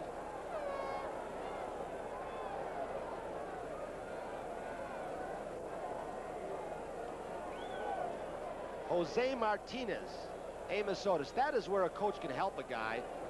Oh, and scouting reports, talked to Tom Ferrick, one of the scouts from the Royals who scouted Philadelphia, said, we look for pickoff moves from pitchers because of our running game. Outside, 1 ball, no strikes. And it might be a little difficult for a player to remember all the slight nuances in pickoff move and everything else. So Jose Martinez has memorized it so he can pass the word along to Otis. What kind of move does he have? Is he quick to first, slow to home, or vice versa? 1 ball, no strikes, 1 out. 2-0, says Don Denkinger, the home plate umpire. He's an American League umpire. There's Gordy McKenzie down at third base. He says of his ball club, McKenzie, very few rely on him to run the bases. He said, my best base runner is Brett. Second best is McRae. Otis is great. They find the ball. They go on their own. 2-1 to Hurdle.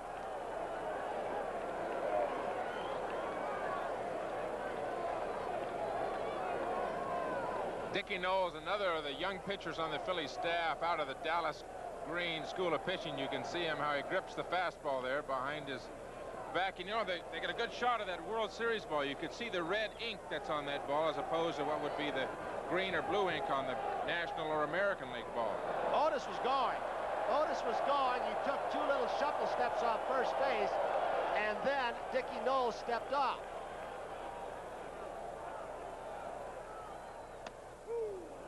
Two balls, 2 strikes to Hurley. Quick pitch that time, and caught Amos Otis before he got that walking lead.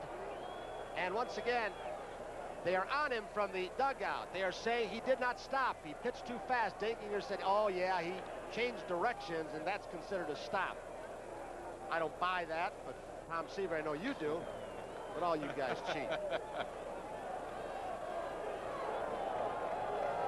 Otis and Knowles watching each other. Outside, count goes full to Hurdle. 3-2, and with 1 out, Amos Otis will probably be on the move. We've got a 5-1 ball game. The Royals have the lead. He's off. Outside, ball 4. Royals have 2 and out and 1 out.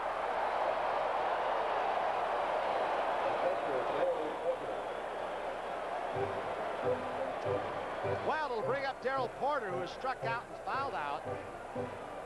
He is having a rough championship series. 0 for October, and that makes it rugged because there's more people watching you in October if you're playing. This is a carryover, though, from the end of the season because he finished the season hitting .097, a terrific slump, 1 for 10 in the playoffs. He has not had a hit in the World Series. Breaking ball catches the outside corner. 1 strike on Porter. 2 men on, 1 out. That'll tell the story of his run production late in the season. He blew it by on 0-2 to Porter.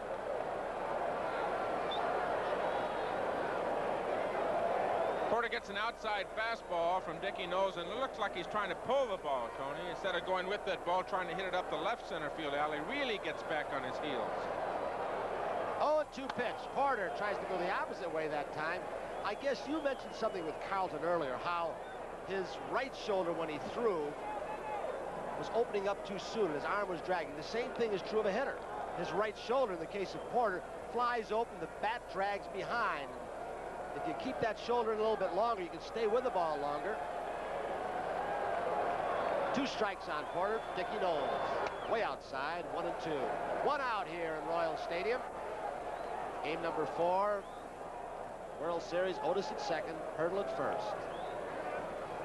Phillies won the first 2, about 14 hours ago. A short night of sleep.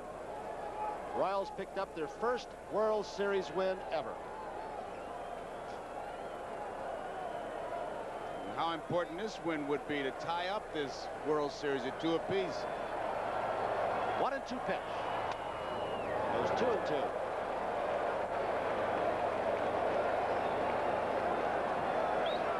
After the knockdown of Brett, Knowles struck out Brett, the check swing, then struck out Akins, then struck out McRae. Then Otis got a single and Hurdle walked. Drill, but it's pulled foul. High breaking ball, hanging slider. 2 balls, 2 strikes, 1 out. Otis on his way back to second base with 1 out. Clint Hurdle has been on base all 3 times this ball game. 2 walks and a double. He's down at first. The 1 ball he did hit hard, he just pulled it foul, and I can't help but think what Bob Forsch, the Cardinal pitcher, the fellas in the slump, calls buzzard's luck. You can't kill anything and nothing will die. He can't get a break. Well, he's late on the fastball, way out in front on the breaking stuff. Good curveball. Boy, he broke off. The curveball was just dropped under the hands of Porter. Super pitch for Dickie Knowles with runners on first and second. So there are 2 outs and UL Washington coming up. Good shot of Knowles, who has an inconsistent curveball at time, but on a 2-2 pitch, outstanding for strike 3. Darrell Porter certainly struggling at the plate, had a good ration of hard stuff, and all of a sudden, Knowles pulls the string on them, and he just didn't have a chance. 2 outs. UL Washington, he is singled to short and grounded out. A couple reasons why we didn't sleep well last night. It was, of course, a short night, but one of them, did you hear those horns honking? Everybody celebrating till about 2:33 in the morning around Kansas City, downtown. Popped up, left side, foul turner. Schmidt couldn't get his glasses down, finally does. So Dickie Knowles pitches out of it. Strands 2 runners. After 5 here in Kansas City. The score, the Royals 5, the Phillies 1, and there is downtown Kansas. Of love, there is no love lost for the man about to step in for the Phillies and face Dennis Leonard. He is Pete Rose, and he is the man who confronted Jimmy Fry when Jimmy Fry came out to the plate to let Dickie Knowles know what he thought of flipping George Brett. Here's the crowd's reaction as we give it to Tony.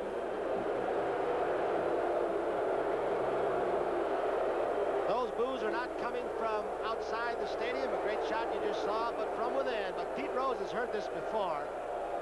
You play against him. You hate him if you're a fan. The players all respect him and admire him. When he joins your team, you love him. Dennis Leonard. He's got a 5-1 lead. We're in the 6th.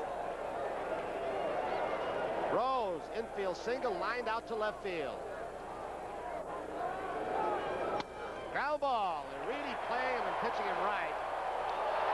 Brett to Akins. The cheer goes up for retiring Rose.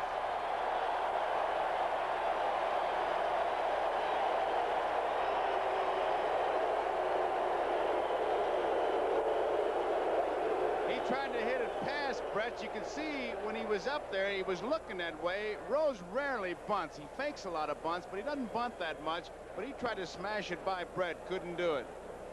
Now it's Big McBride and that shadow as we look at George Brett. A very good fielder. He's improved, Tommy. He used to throw a lot of balls away. Most of his errors came from an erratic arm. Fake bunt. Brett is charging from third. 1 ball, no strikes on McBride. He's right up on the plate with that very short and light bat.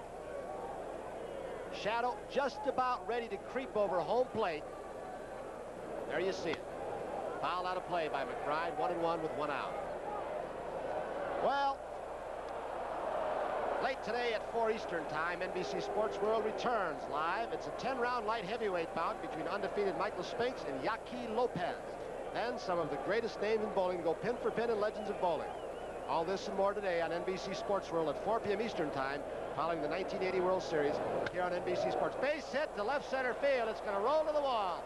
McBride off and running. Will pull up at second base with a stand-up double. So, after Rose goes down, McBride ignites something with Schmidt coming up. And I've got to add one thing, Joe, before I let you jump in.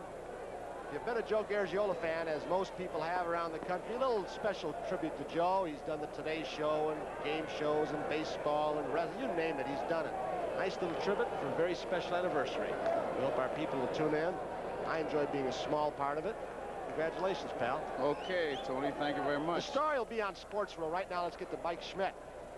Major League's home run hitting champion with 48. 1 out, McBride at second.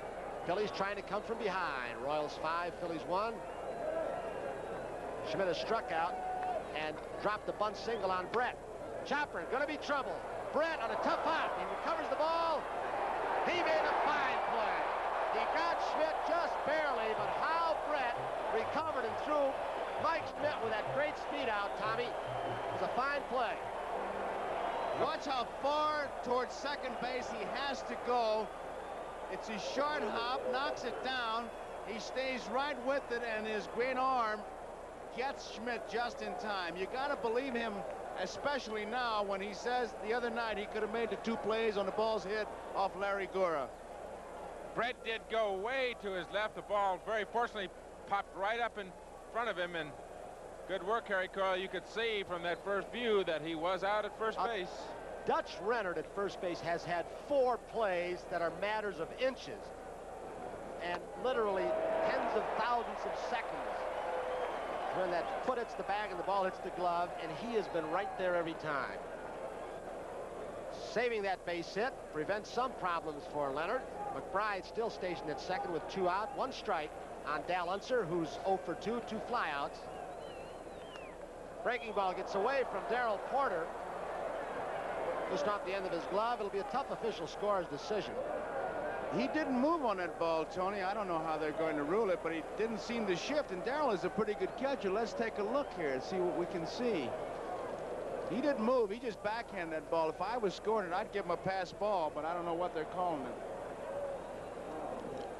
You know, sometimes, Joe, a catcher, when he's catching a control pitcher, won't shift around as much because he knows that pitcher is going to be around the plate somewhere. And that pitch looked like it got way inside, and Darrell looked like he was off balance going after it. Hit off the end of his glove. Wild pitch is charged to Dennis Leonard. 1 ball, 1 strike, 2 outs. Dennis Leonard facing Dal Unser. Way outside. The official scores for this World Series: Phil Collier, president of the Baseball Writers Association of San Diego Union; Don Pfannenstiel of the Independence Missouri Examiner; and Bob Kenny, Camden Courier Post. So they get their heads together and decide. And we saw McBride at third. And I'm not second guessing the call because I said it first. He didn't move. He should have gotten a pass ball. 2-1. Foul out of play by Unser. 2 balls, 2 strikes with 2 outs. Royals 5, Phillies 1. We're in the top of the 6th. Dennis Leonard, who in game 1 had a 4-0 lead. A couple of home runs in that ball game got him the lead. And then it slipped away. The Phillies came back.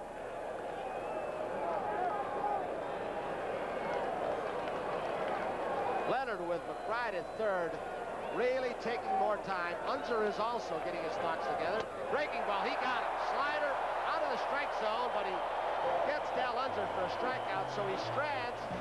Take McBride at third base. The score here in Kansas City, Royals 5. Ron Luciano, there was a meeting with a home plate umpire before he threw his first warm-up pitch. What was it about? Don Denkinger went out to Kevin and he said, look at Kevin, we had an incident before, and I'm warning you before it even happens. If it comes close, you're out of here. I don't want 60,000 people or 40,000 people coming out of the stands and getting on me, you, and the ball players. We're not going to have any incidents today. And in case you missed it, joined us late, there is Denkinger, the home plate umpire for the American League. The incident that Ron Luciano referred to was when George Brett had a no-ball, two-strike count on him. They pitched him away twice. Dickie Knowles came inside. He was flipped, Brett was, and there was a near fight between Jim Fry, the pitcher, Pete Rose. But the umpires calmed it right on down and did a great job. 5-1, Royals over the Phillies. All 6 runs scored in the first 2 innings. 5 by the Royals, Phillies with 1. There's a sign out in right field, and Don Denkinger motions to the umpires, and it's going right down the line to please remove the sign. Willie Wilson will bat from the right side at Axe, Michigan. Wilson, White, Brett.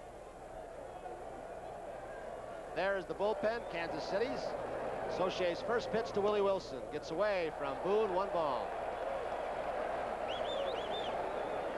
Wilson in the first inning drawing that throw, gets by, and you know he's got second easily, but he doesn't hesitate. There he goes.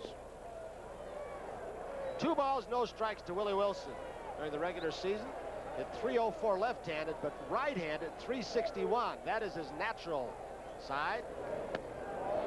3-0. He began switching in 1977, Willie Wilson. John Sullivan, now a coach for the Brewers, made him a switch hitter. Then Chuck Hiller, who was a coach under Herzog, now a Mets manager, refined it and taught him how to do it. So he's out, and look out. 5-1, the Royals over the Phillies.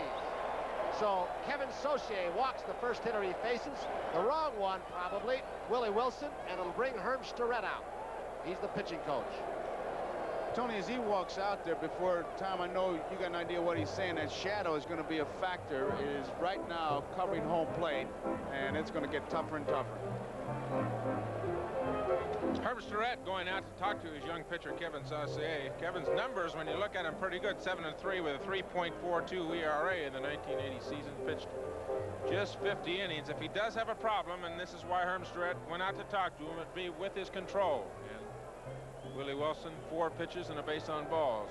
That's a good way for the Royals to start a rally.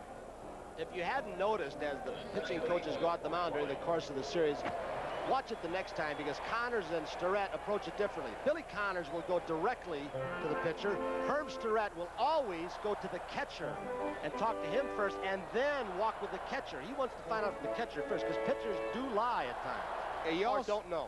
Tony also wants to tell the catcher what he's going to say to the pitcher before he gets out there. All right, 5-1, the Royals over the Phillies. In the bottom of the 6th, Wilson at first. Saucier had Wilson going back toward first base in that pitch, so it's 1 ball, no strikes. White, as we look at Willie Wilson, he was 2nd in the league in stolen bases with 79. Ricky Henderson of the A's, an amazing 100. Not a big lead in this 1-0 count. Fly ball, short right field. McBride. Boy, he had some trouble with the wind there. The wind is blowing out pretty strongly when that ball gets up high, as that one did, toward right field. 1 out. George Brett. He struck out his last time up, but that was the time at bat when they had the incident. And here's what happens. Take a look at it. That is a major league flip, a major league knockdown right there, I'll tell you. And look at him staring back, letting him know, I know what you did, and I'll get you. He goes up the middle a little bit more as Saucier throws over to Wilson, a little bit more up the middle in the left field, and does not try and pull the ball as much against left-handed pitching. But there are situations when he's ahead on left-handers, he will look inside and can pull the ball.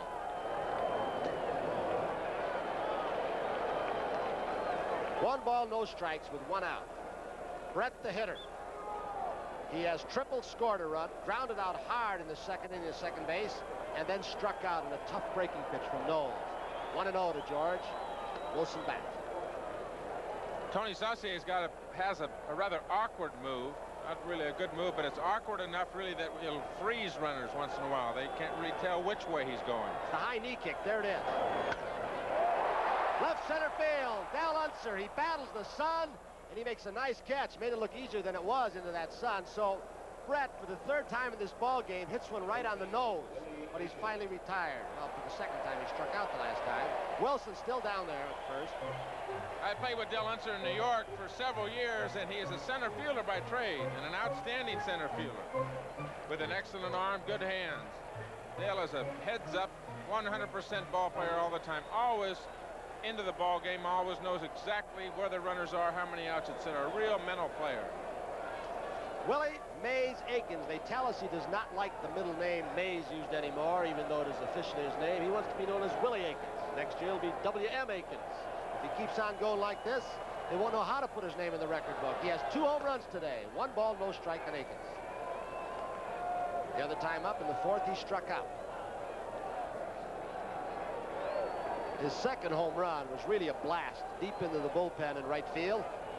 Wilson, not with a big lead, back in time. 2 outs. 1 ball, no strikes. The count on Aikens. Wilson at first. Royals lead 5-1 at the bottom of the 6th.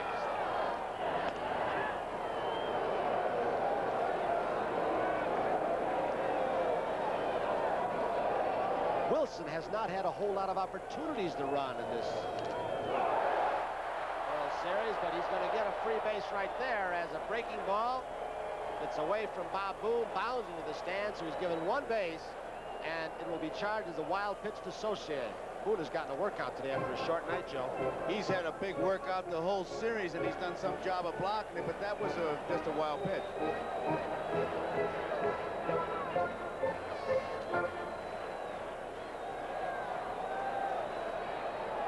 Bob Boone. Wilson has 2 stolen bases in this series, but he hasn't been on base that much with all the strikeouts. 3-0 to Aikens. First base open, but you've got McRae, a right-handed hitter, up, and he's got a couple of doubles that he made himself by hustling from home to second base. 3-0, 2 outs.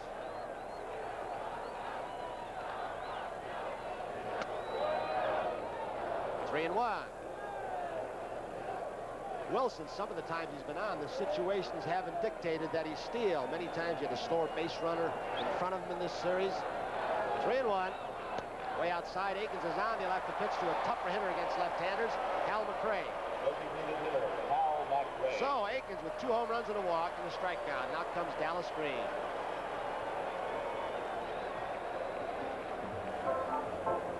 They've had some activity in that bullpen in Dallas.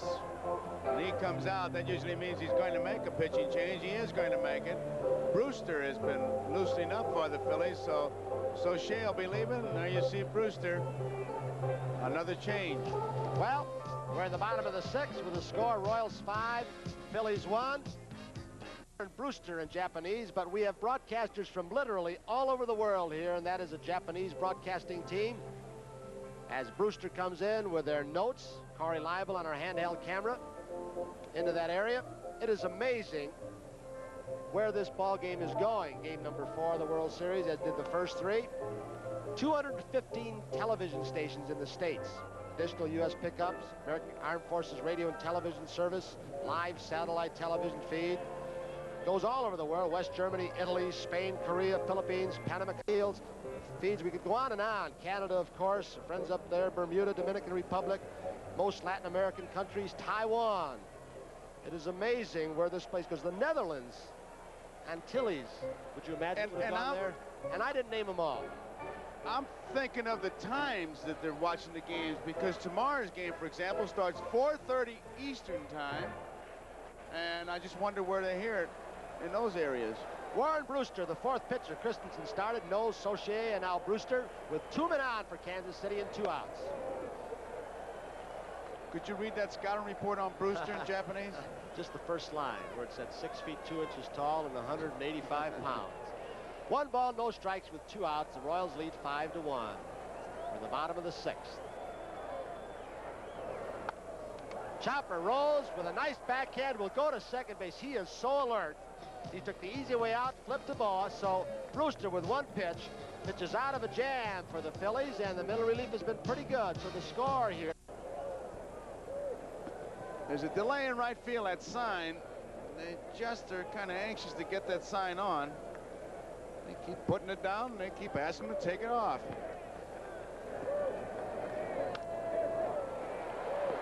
Popped up in the infield, and there's one out. That sun is a factor. You saw UL flip the glasses. The shadow is now in front of home plate. There you see it. Some pitchers say, I don't want to throw anything but fastball. Others say they want to throw nothing but curveballs when they have a batter in the shadow. Manny Trillo.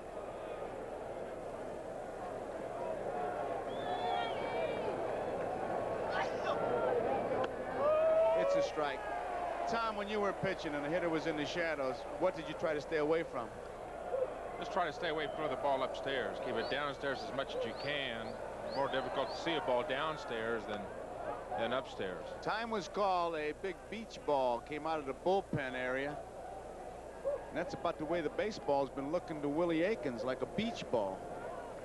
Looks that way to, there's no pitch on that. There you see the bullpen. So it's strike one. I remember the late Paul Weiner talking about that. He said, when I'm hitting good, that ball looks like a basketball. When I'm not hitting, it looks like a baseball. I believe it. Right center field. This is going to be trouble. It's in for extra bases. Manny Trillo rounds first. He's digging for second. They get that ball back into Frank White. These outfielders, they don't really waste any time. They just get that ball back in, and these Kansas City Royals line up. You remember in the championship series when Wilson overthrew, there you see Trillo. When he overthrew, they were there trailing the plate. George Brett got the man at the plate. High breaking pitch, Tom. Manny Trillo likes the ball up and out over the plate. He drives it up the alley in right center. The outfield here in Kansas City, very big. A lot of room in the alleys. A lot of room all the way back to the wall. Manny Trillo made it to second easily. It looked, Tony, like he was grabbing his leg at second base. Sure did. It may have slightly pulled a hamstring. He's still doing it. His right leg. You can see it, Tom. Good observation. Strike That's not going to help him, is it? He pulls a muscle. One out, one strike. 5-1. Royals are leading. 7th inning. Outside. The outfield. They're in and shaded towards the left. Boy, doesn't have too much power. There's a good shot of it. You can see how shallow they are. A lot of room in right center field. They do not expect Boa to pull the ball.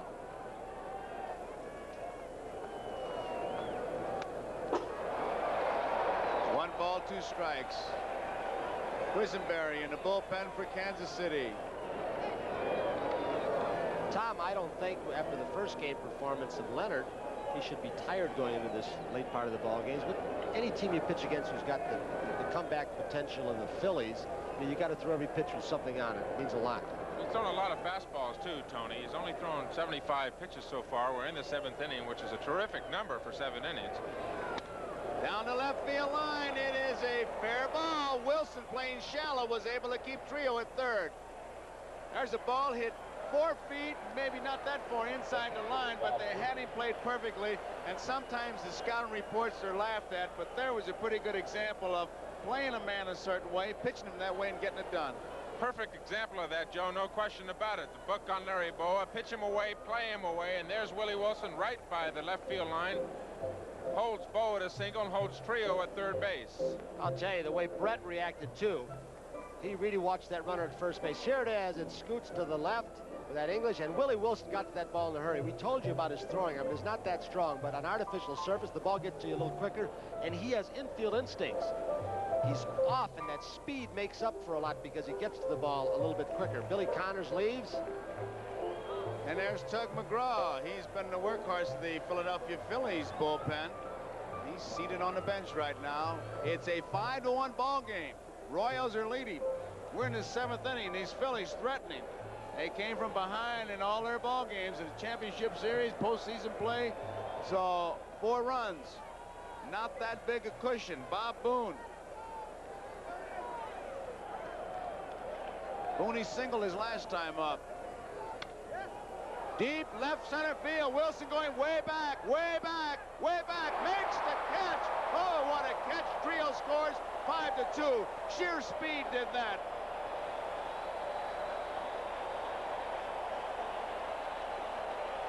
Another great World Series catch. They'll be playing that back-to-back to Willie Mays. His catch off Vic Wertz. He simply outran that ball.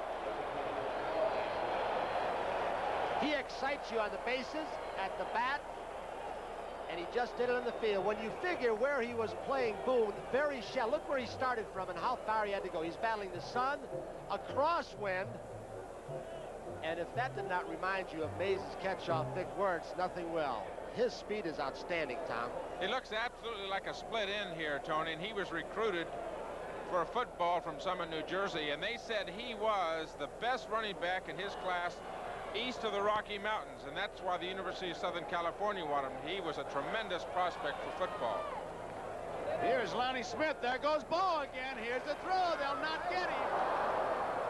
They're trailing by 3, but Bo, who started the fire, takes off again, and he's got a stolen base. It's a 5-2 ball game. These Phillies. He did it in game 1, down 4-0 off the same pitcher, Leonard, so he knows something about Leonard. Don't know if he's been able to pass it along to his teammates, but he knows something, a move that he's got. He's picked something up because he's doing it with such confidence. 3 runs down and 4 runs down in game 1.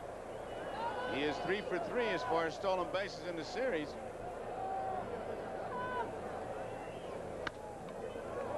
UL Washington has it. There's the throw. And as we go into the bottom of the 7th, Royals 5, Phillies 2, and that great America. Bottom of the 7th, 5-2, Kansas City leading. Here is Amos Otis. He has been a tremendous player in this series. He is 2 for 3 today. A double, single. Here comes another beach ball out of the left field area. George Thoma's crew policing it. I tell you, that Toma and his crew, they policed this carpet like it was in a living room. Listen to the fans with AO.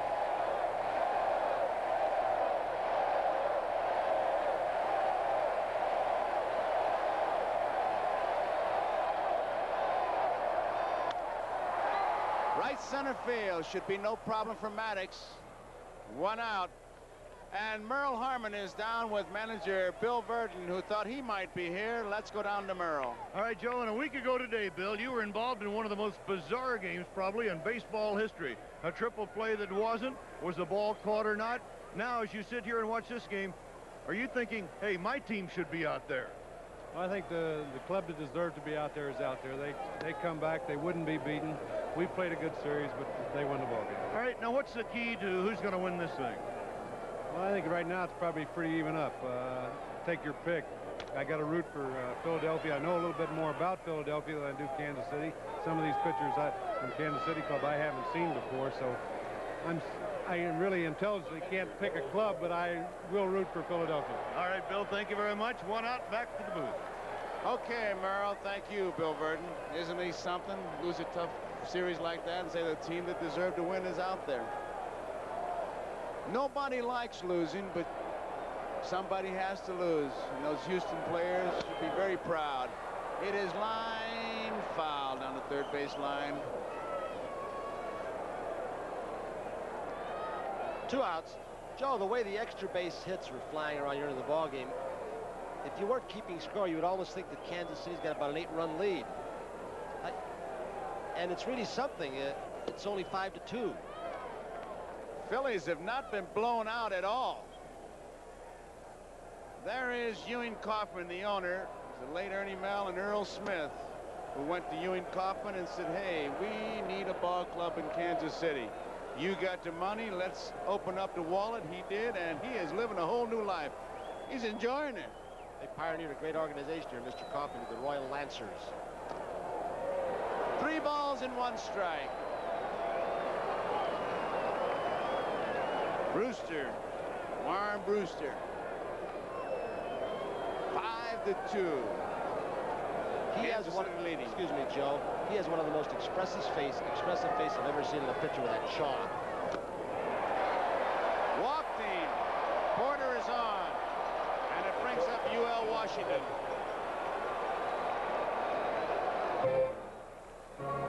Good crowd on hand. There's the left field area, that corner. Different angle. Look at the shadows. There's a good pictures of the factor that the shadows are here. They have really been creeping out and out and out. And when that pitcher's in sunlight and you're in the shade, that ball comes up looking like a barber pole spinning. Manny Trio, big hop. In time, so that ends the 7th inning. We complete 7 innings of baseball here, and it's the Kansas City Royals 5, the Philadelphia Phillies 2. And for the Phillies on their way to tying this series at 2 games apiece tomorrow, Gura against Bystrom. Left center field, it'll be extra bases. Willie Wilson slipped as the ball was hit, and Pete Rose has himself a double.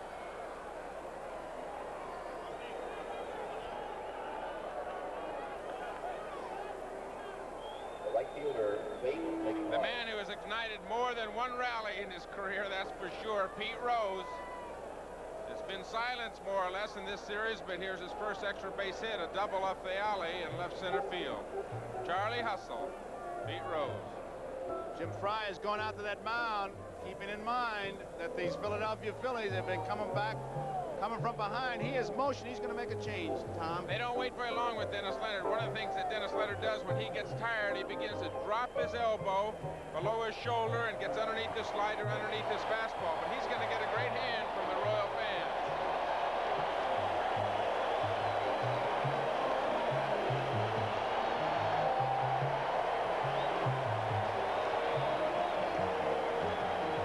So Dennis Leonard leaves. He gave him 7 tough innings, and he leaves with a man on second to score. 5-2. Quisenberry coming in. Leonard, and as you look at your husband down in the dugout right now, what are your thoughts?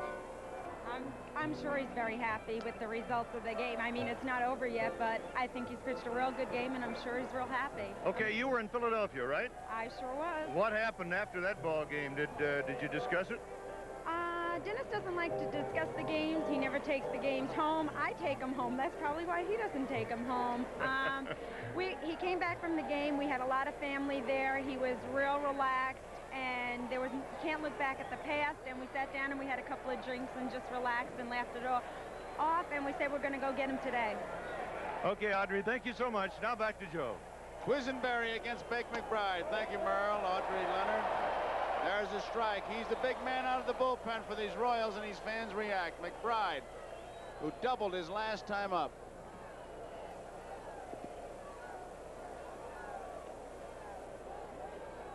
Five to 2 is the score. Pete Rose at second base. Kansas City leading.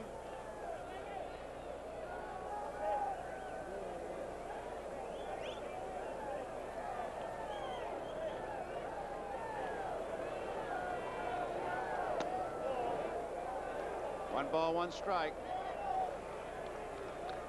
Kansas City bullpen busy. There's Ken Brett.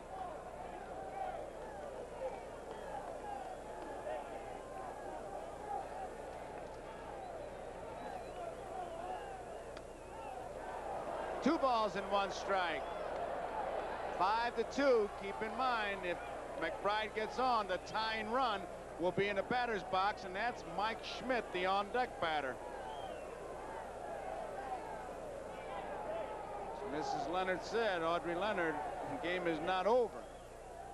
How well you've been watching. Bouncing ball foul. Ruben Amaro, I didn't see him do that. About 10, 15 years I watched him.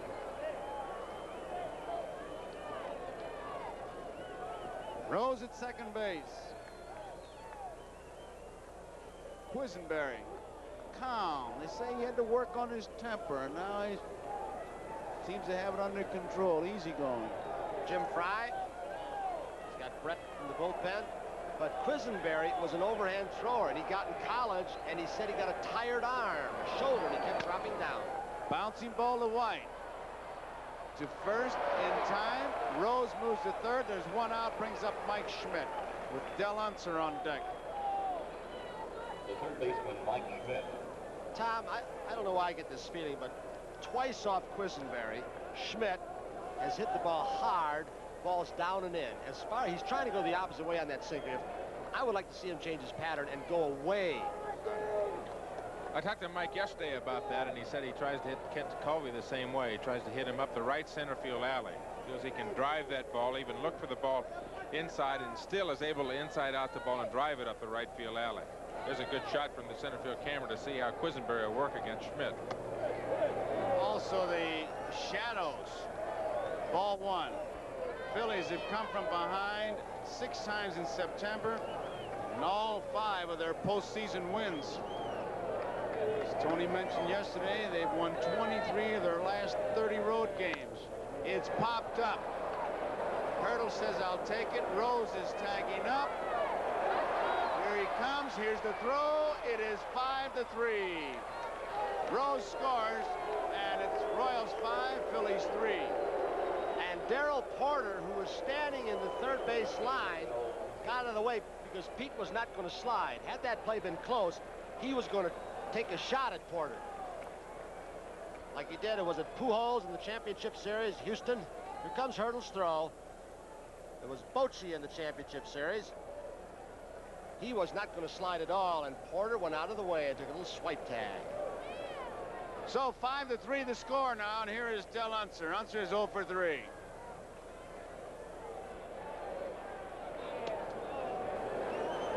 Low. It was Unser who got the big base hit off Quisenberry, hit it into left center field, went the opposite way.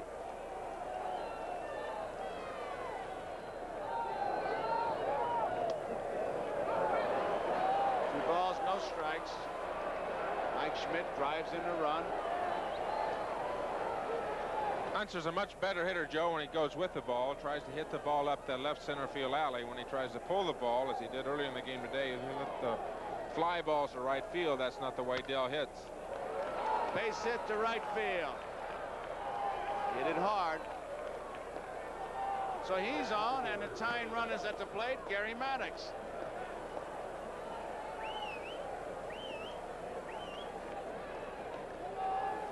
Kansas City bullpen busy again. Carson, game 1. Kansas City had the lead. Quisenberry's the man who came in. They said he wasn't throwing hard, but I think the Phillies, he threw very well. Got 3 ground balls the first 3 hitters he faced, and the Phillies hit some good pitches also. Unser was one of them who hit the ball the opposite way, but he couldn't hold him in game 1. 2 men out. Maddox single his first time up, bounced out and popped out. Off the handle, Washington, a tough play. They get him. So Quisenberry does get the job done. And there is his lovely wife, Mrs. Quisenberry, watching the game, seated next to Merle Harmon, who's in the section. Jamie Quisenberry against Yaki Lopez. There's a strike. 42,363, 17 less people than last night. Where are those 17 people? Boa in time. Wilson is out.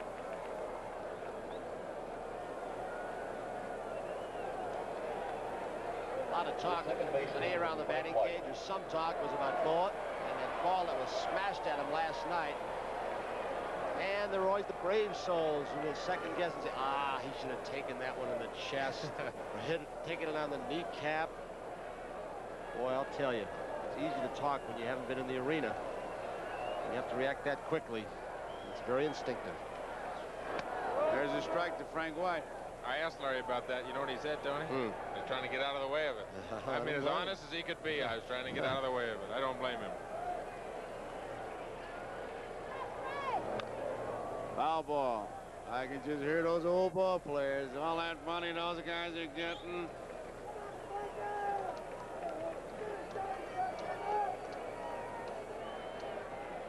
Two strikes. The count on White. Off the handle. Foul ball. You know, home field advantage in basketball or football, I can understand it because the field is laid out. But I would think any home field advantage is what you said, batting last and the crowd. Knowing your park. The park, as we're looking at it right now, the team was tailored for it. Joe Burke, the president of the ball club, John Sherholz, player personnel. They wanted speed to cover the alleys and take advantage of artificial surface, base stealing and base speed. There he is, the franchise on deck, George Brett. Didn't mean to swing, right to Trio. 2 up, 2 down. George Brett has hit the ball hard 3 times, has 1 base hit.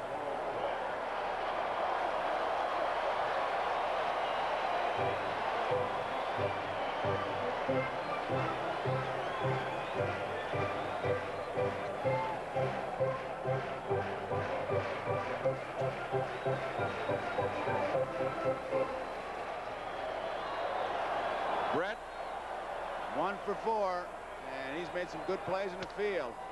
Trio to his right, beautiful play, the throw in time. What a play by Manny Trio. He took a cinch base hit away from Brett.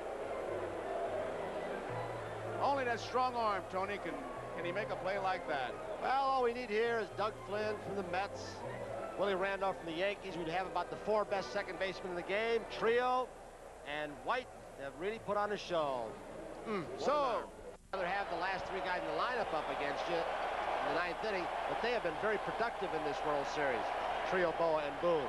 Been on base 5 times today, and a couple runs scored and sacrifice fly. Trio scored twice. He was safe on a forceful play. Went to second on an error. He doubled and scored in the 7th. Boa an RBI. 1 hop to Brett. 1 out.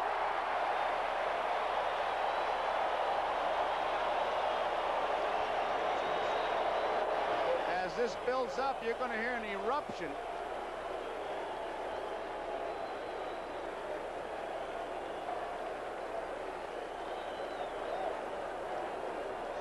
Boa singled and drove in a run in the 2nd. He flied to right in the 5th. He singled and stole a base in the 7th. Brett moving in a 3rd.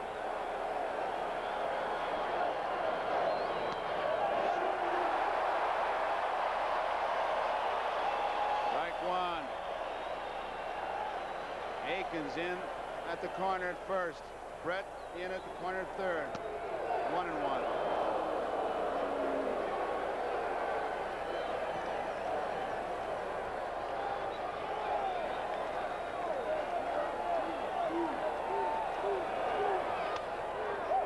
Play. 1 ball, 2 strikes, 1 out. Nobody on. Kansas City 5, Phillies 3.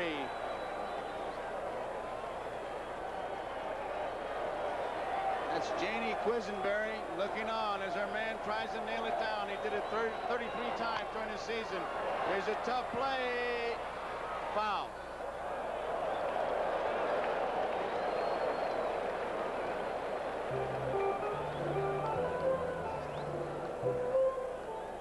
Janie is almost clenching her teeth. She's under as much tension as her man, but she can't do much more than she's doing, sitting, watching, and hoping.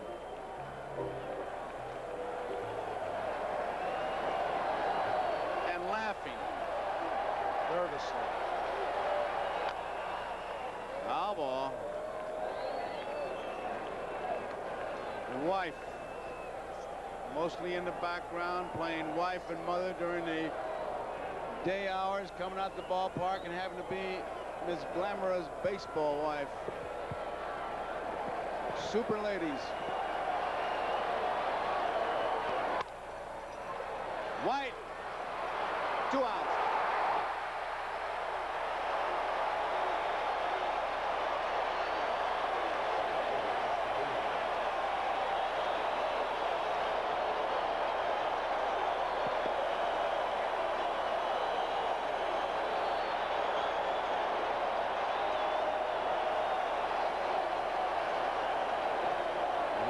The bunt is what Martinez and Fry are pointing to Brett.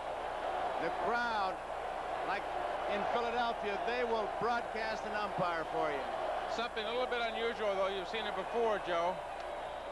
Quisenberry pitching from the stretch with nobody on. Obviously, Fry and Connors have gotten with him, and he's a little bit more comfortable from the stretch, if you notice.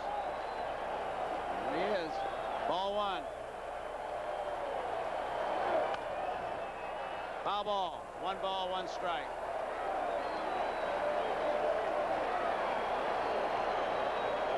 Dallas Green.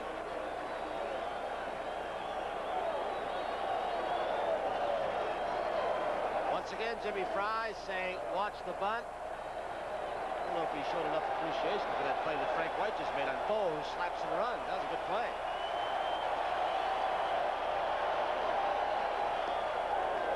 Two balls and a strike. Most of the crowd standing. Kansas City wins this game. This World Series is tied at 2 apiece. Gura for Kansas City, Bystrom for the Phillies tomorrow. Inside, 3 balls and 1 strike.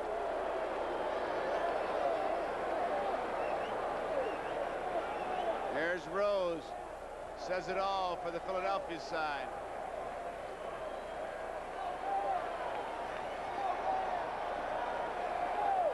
Kansas City bench. Bouncing ball. You'll hear it.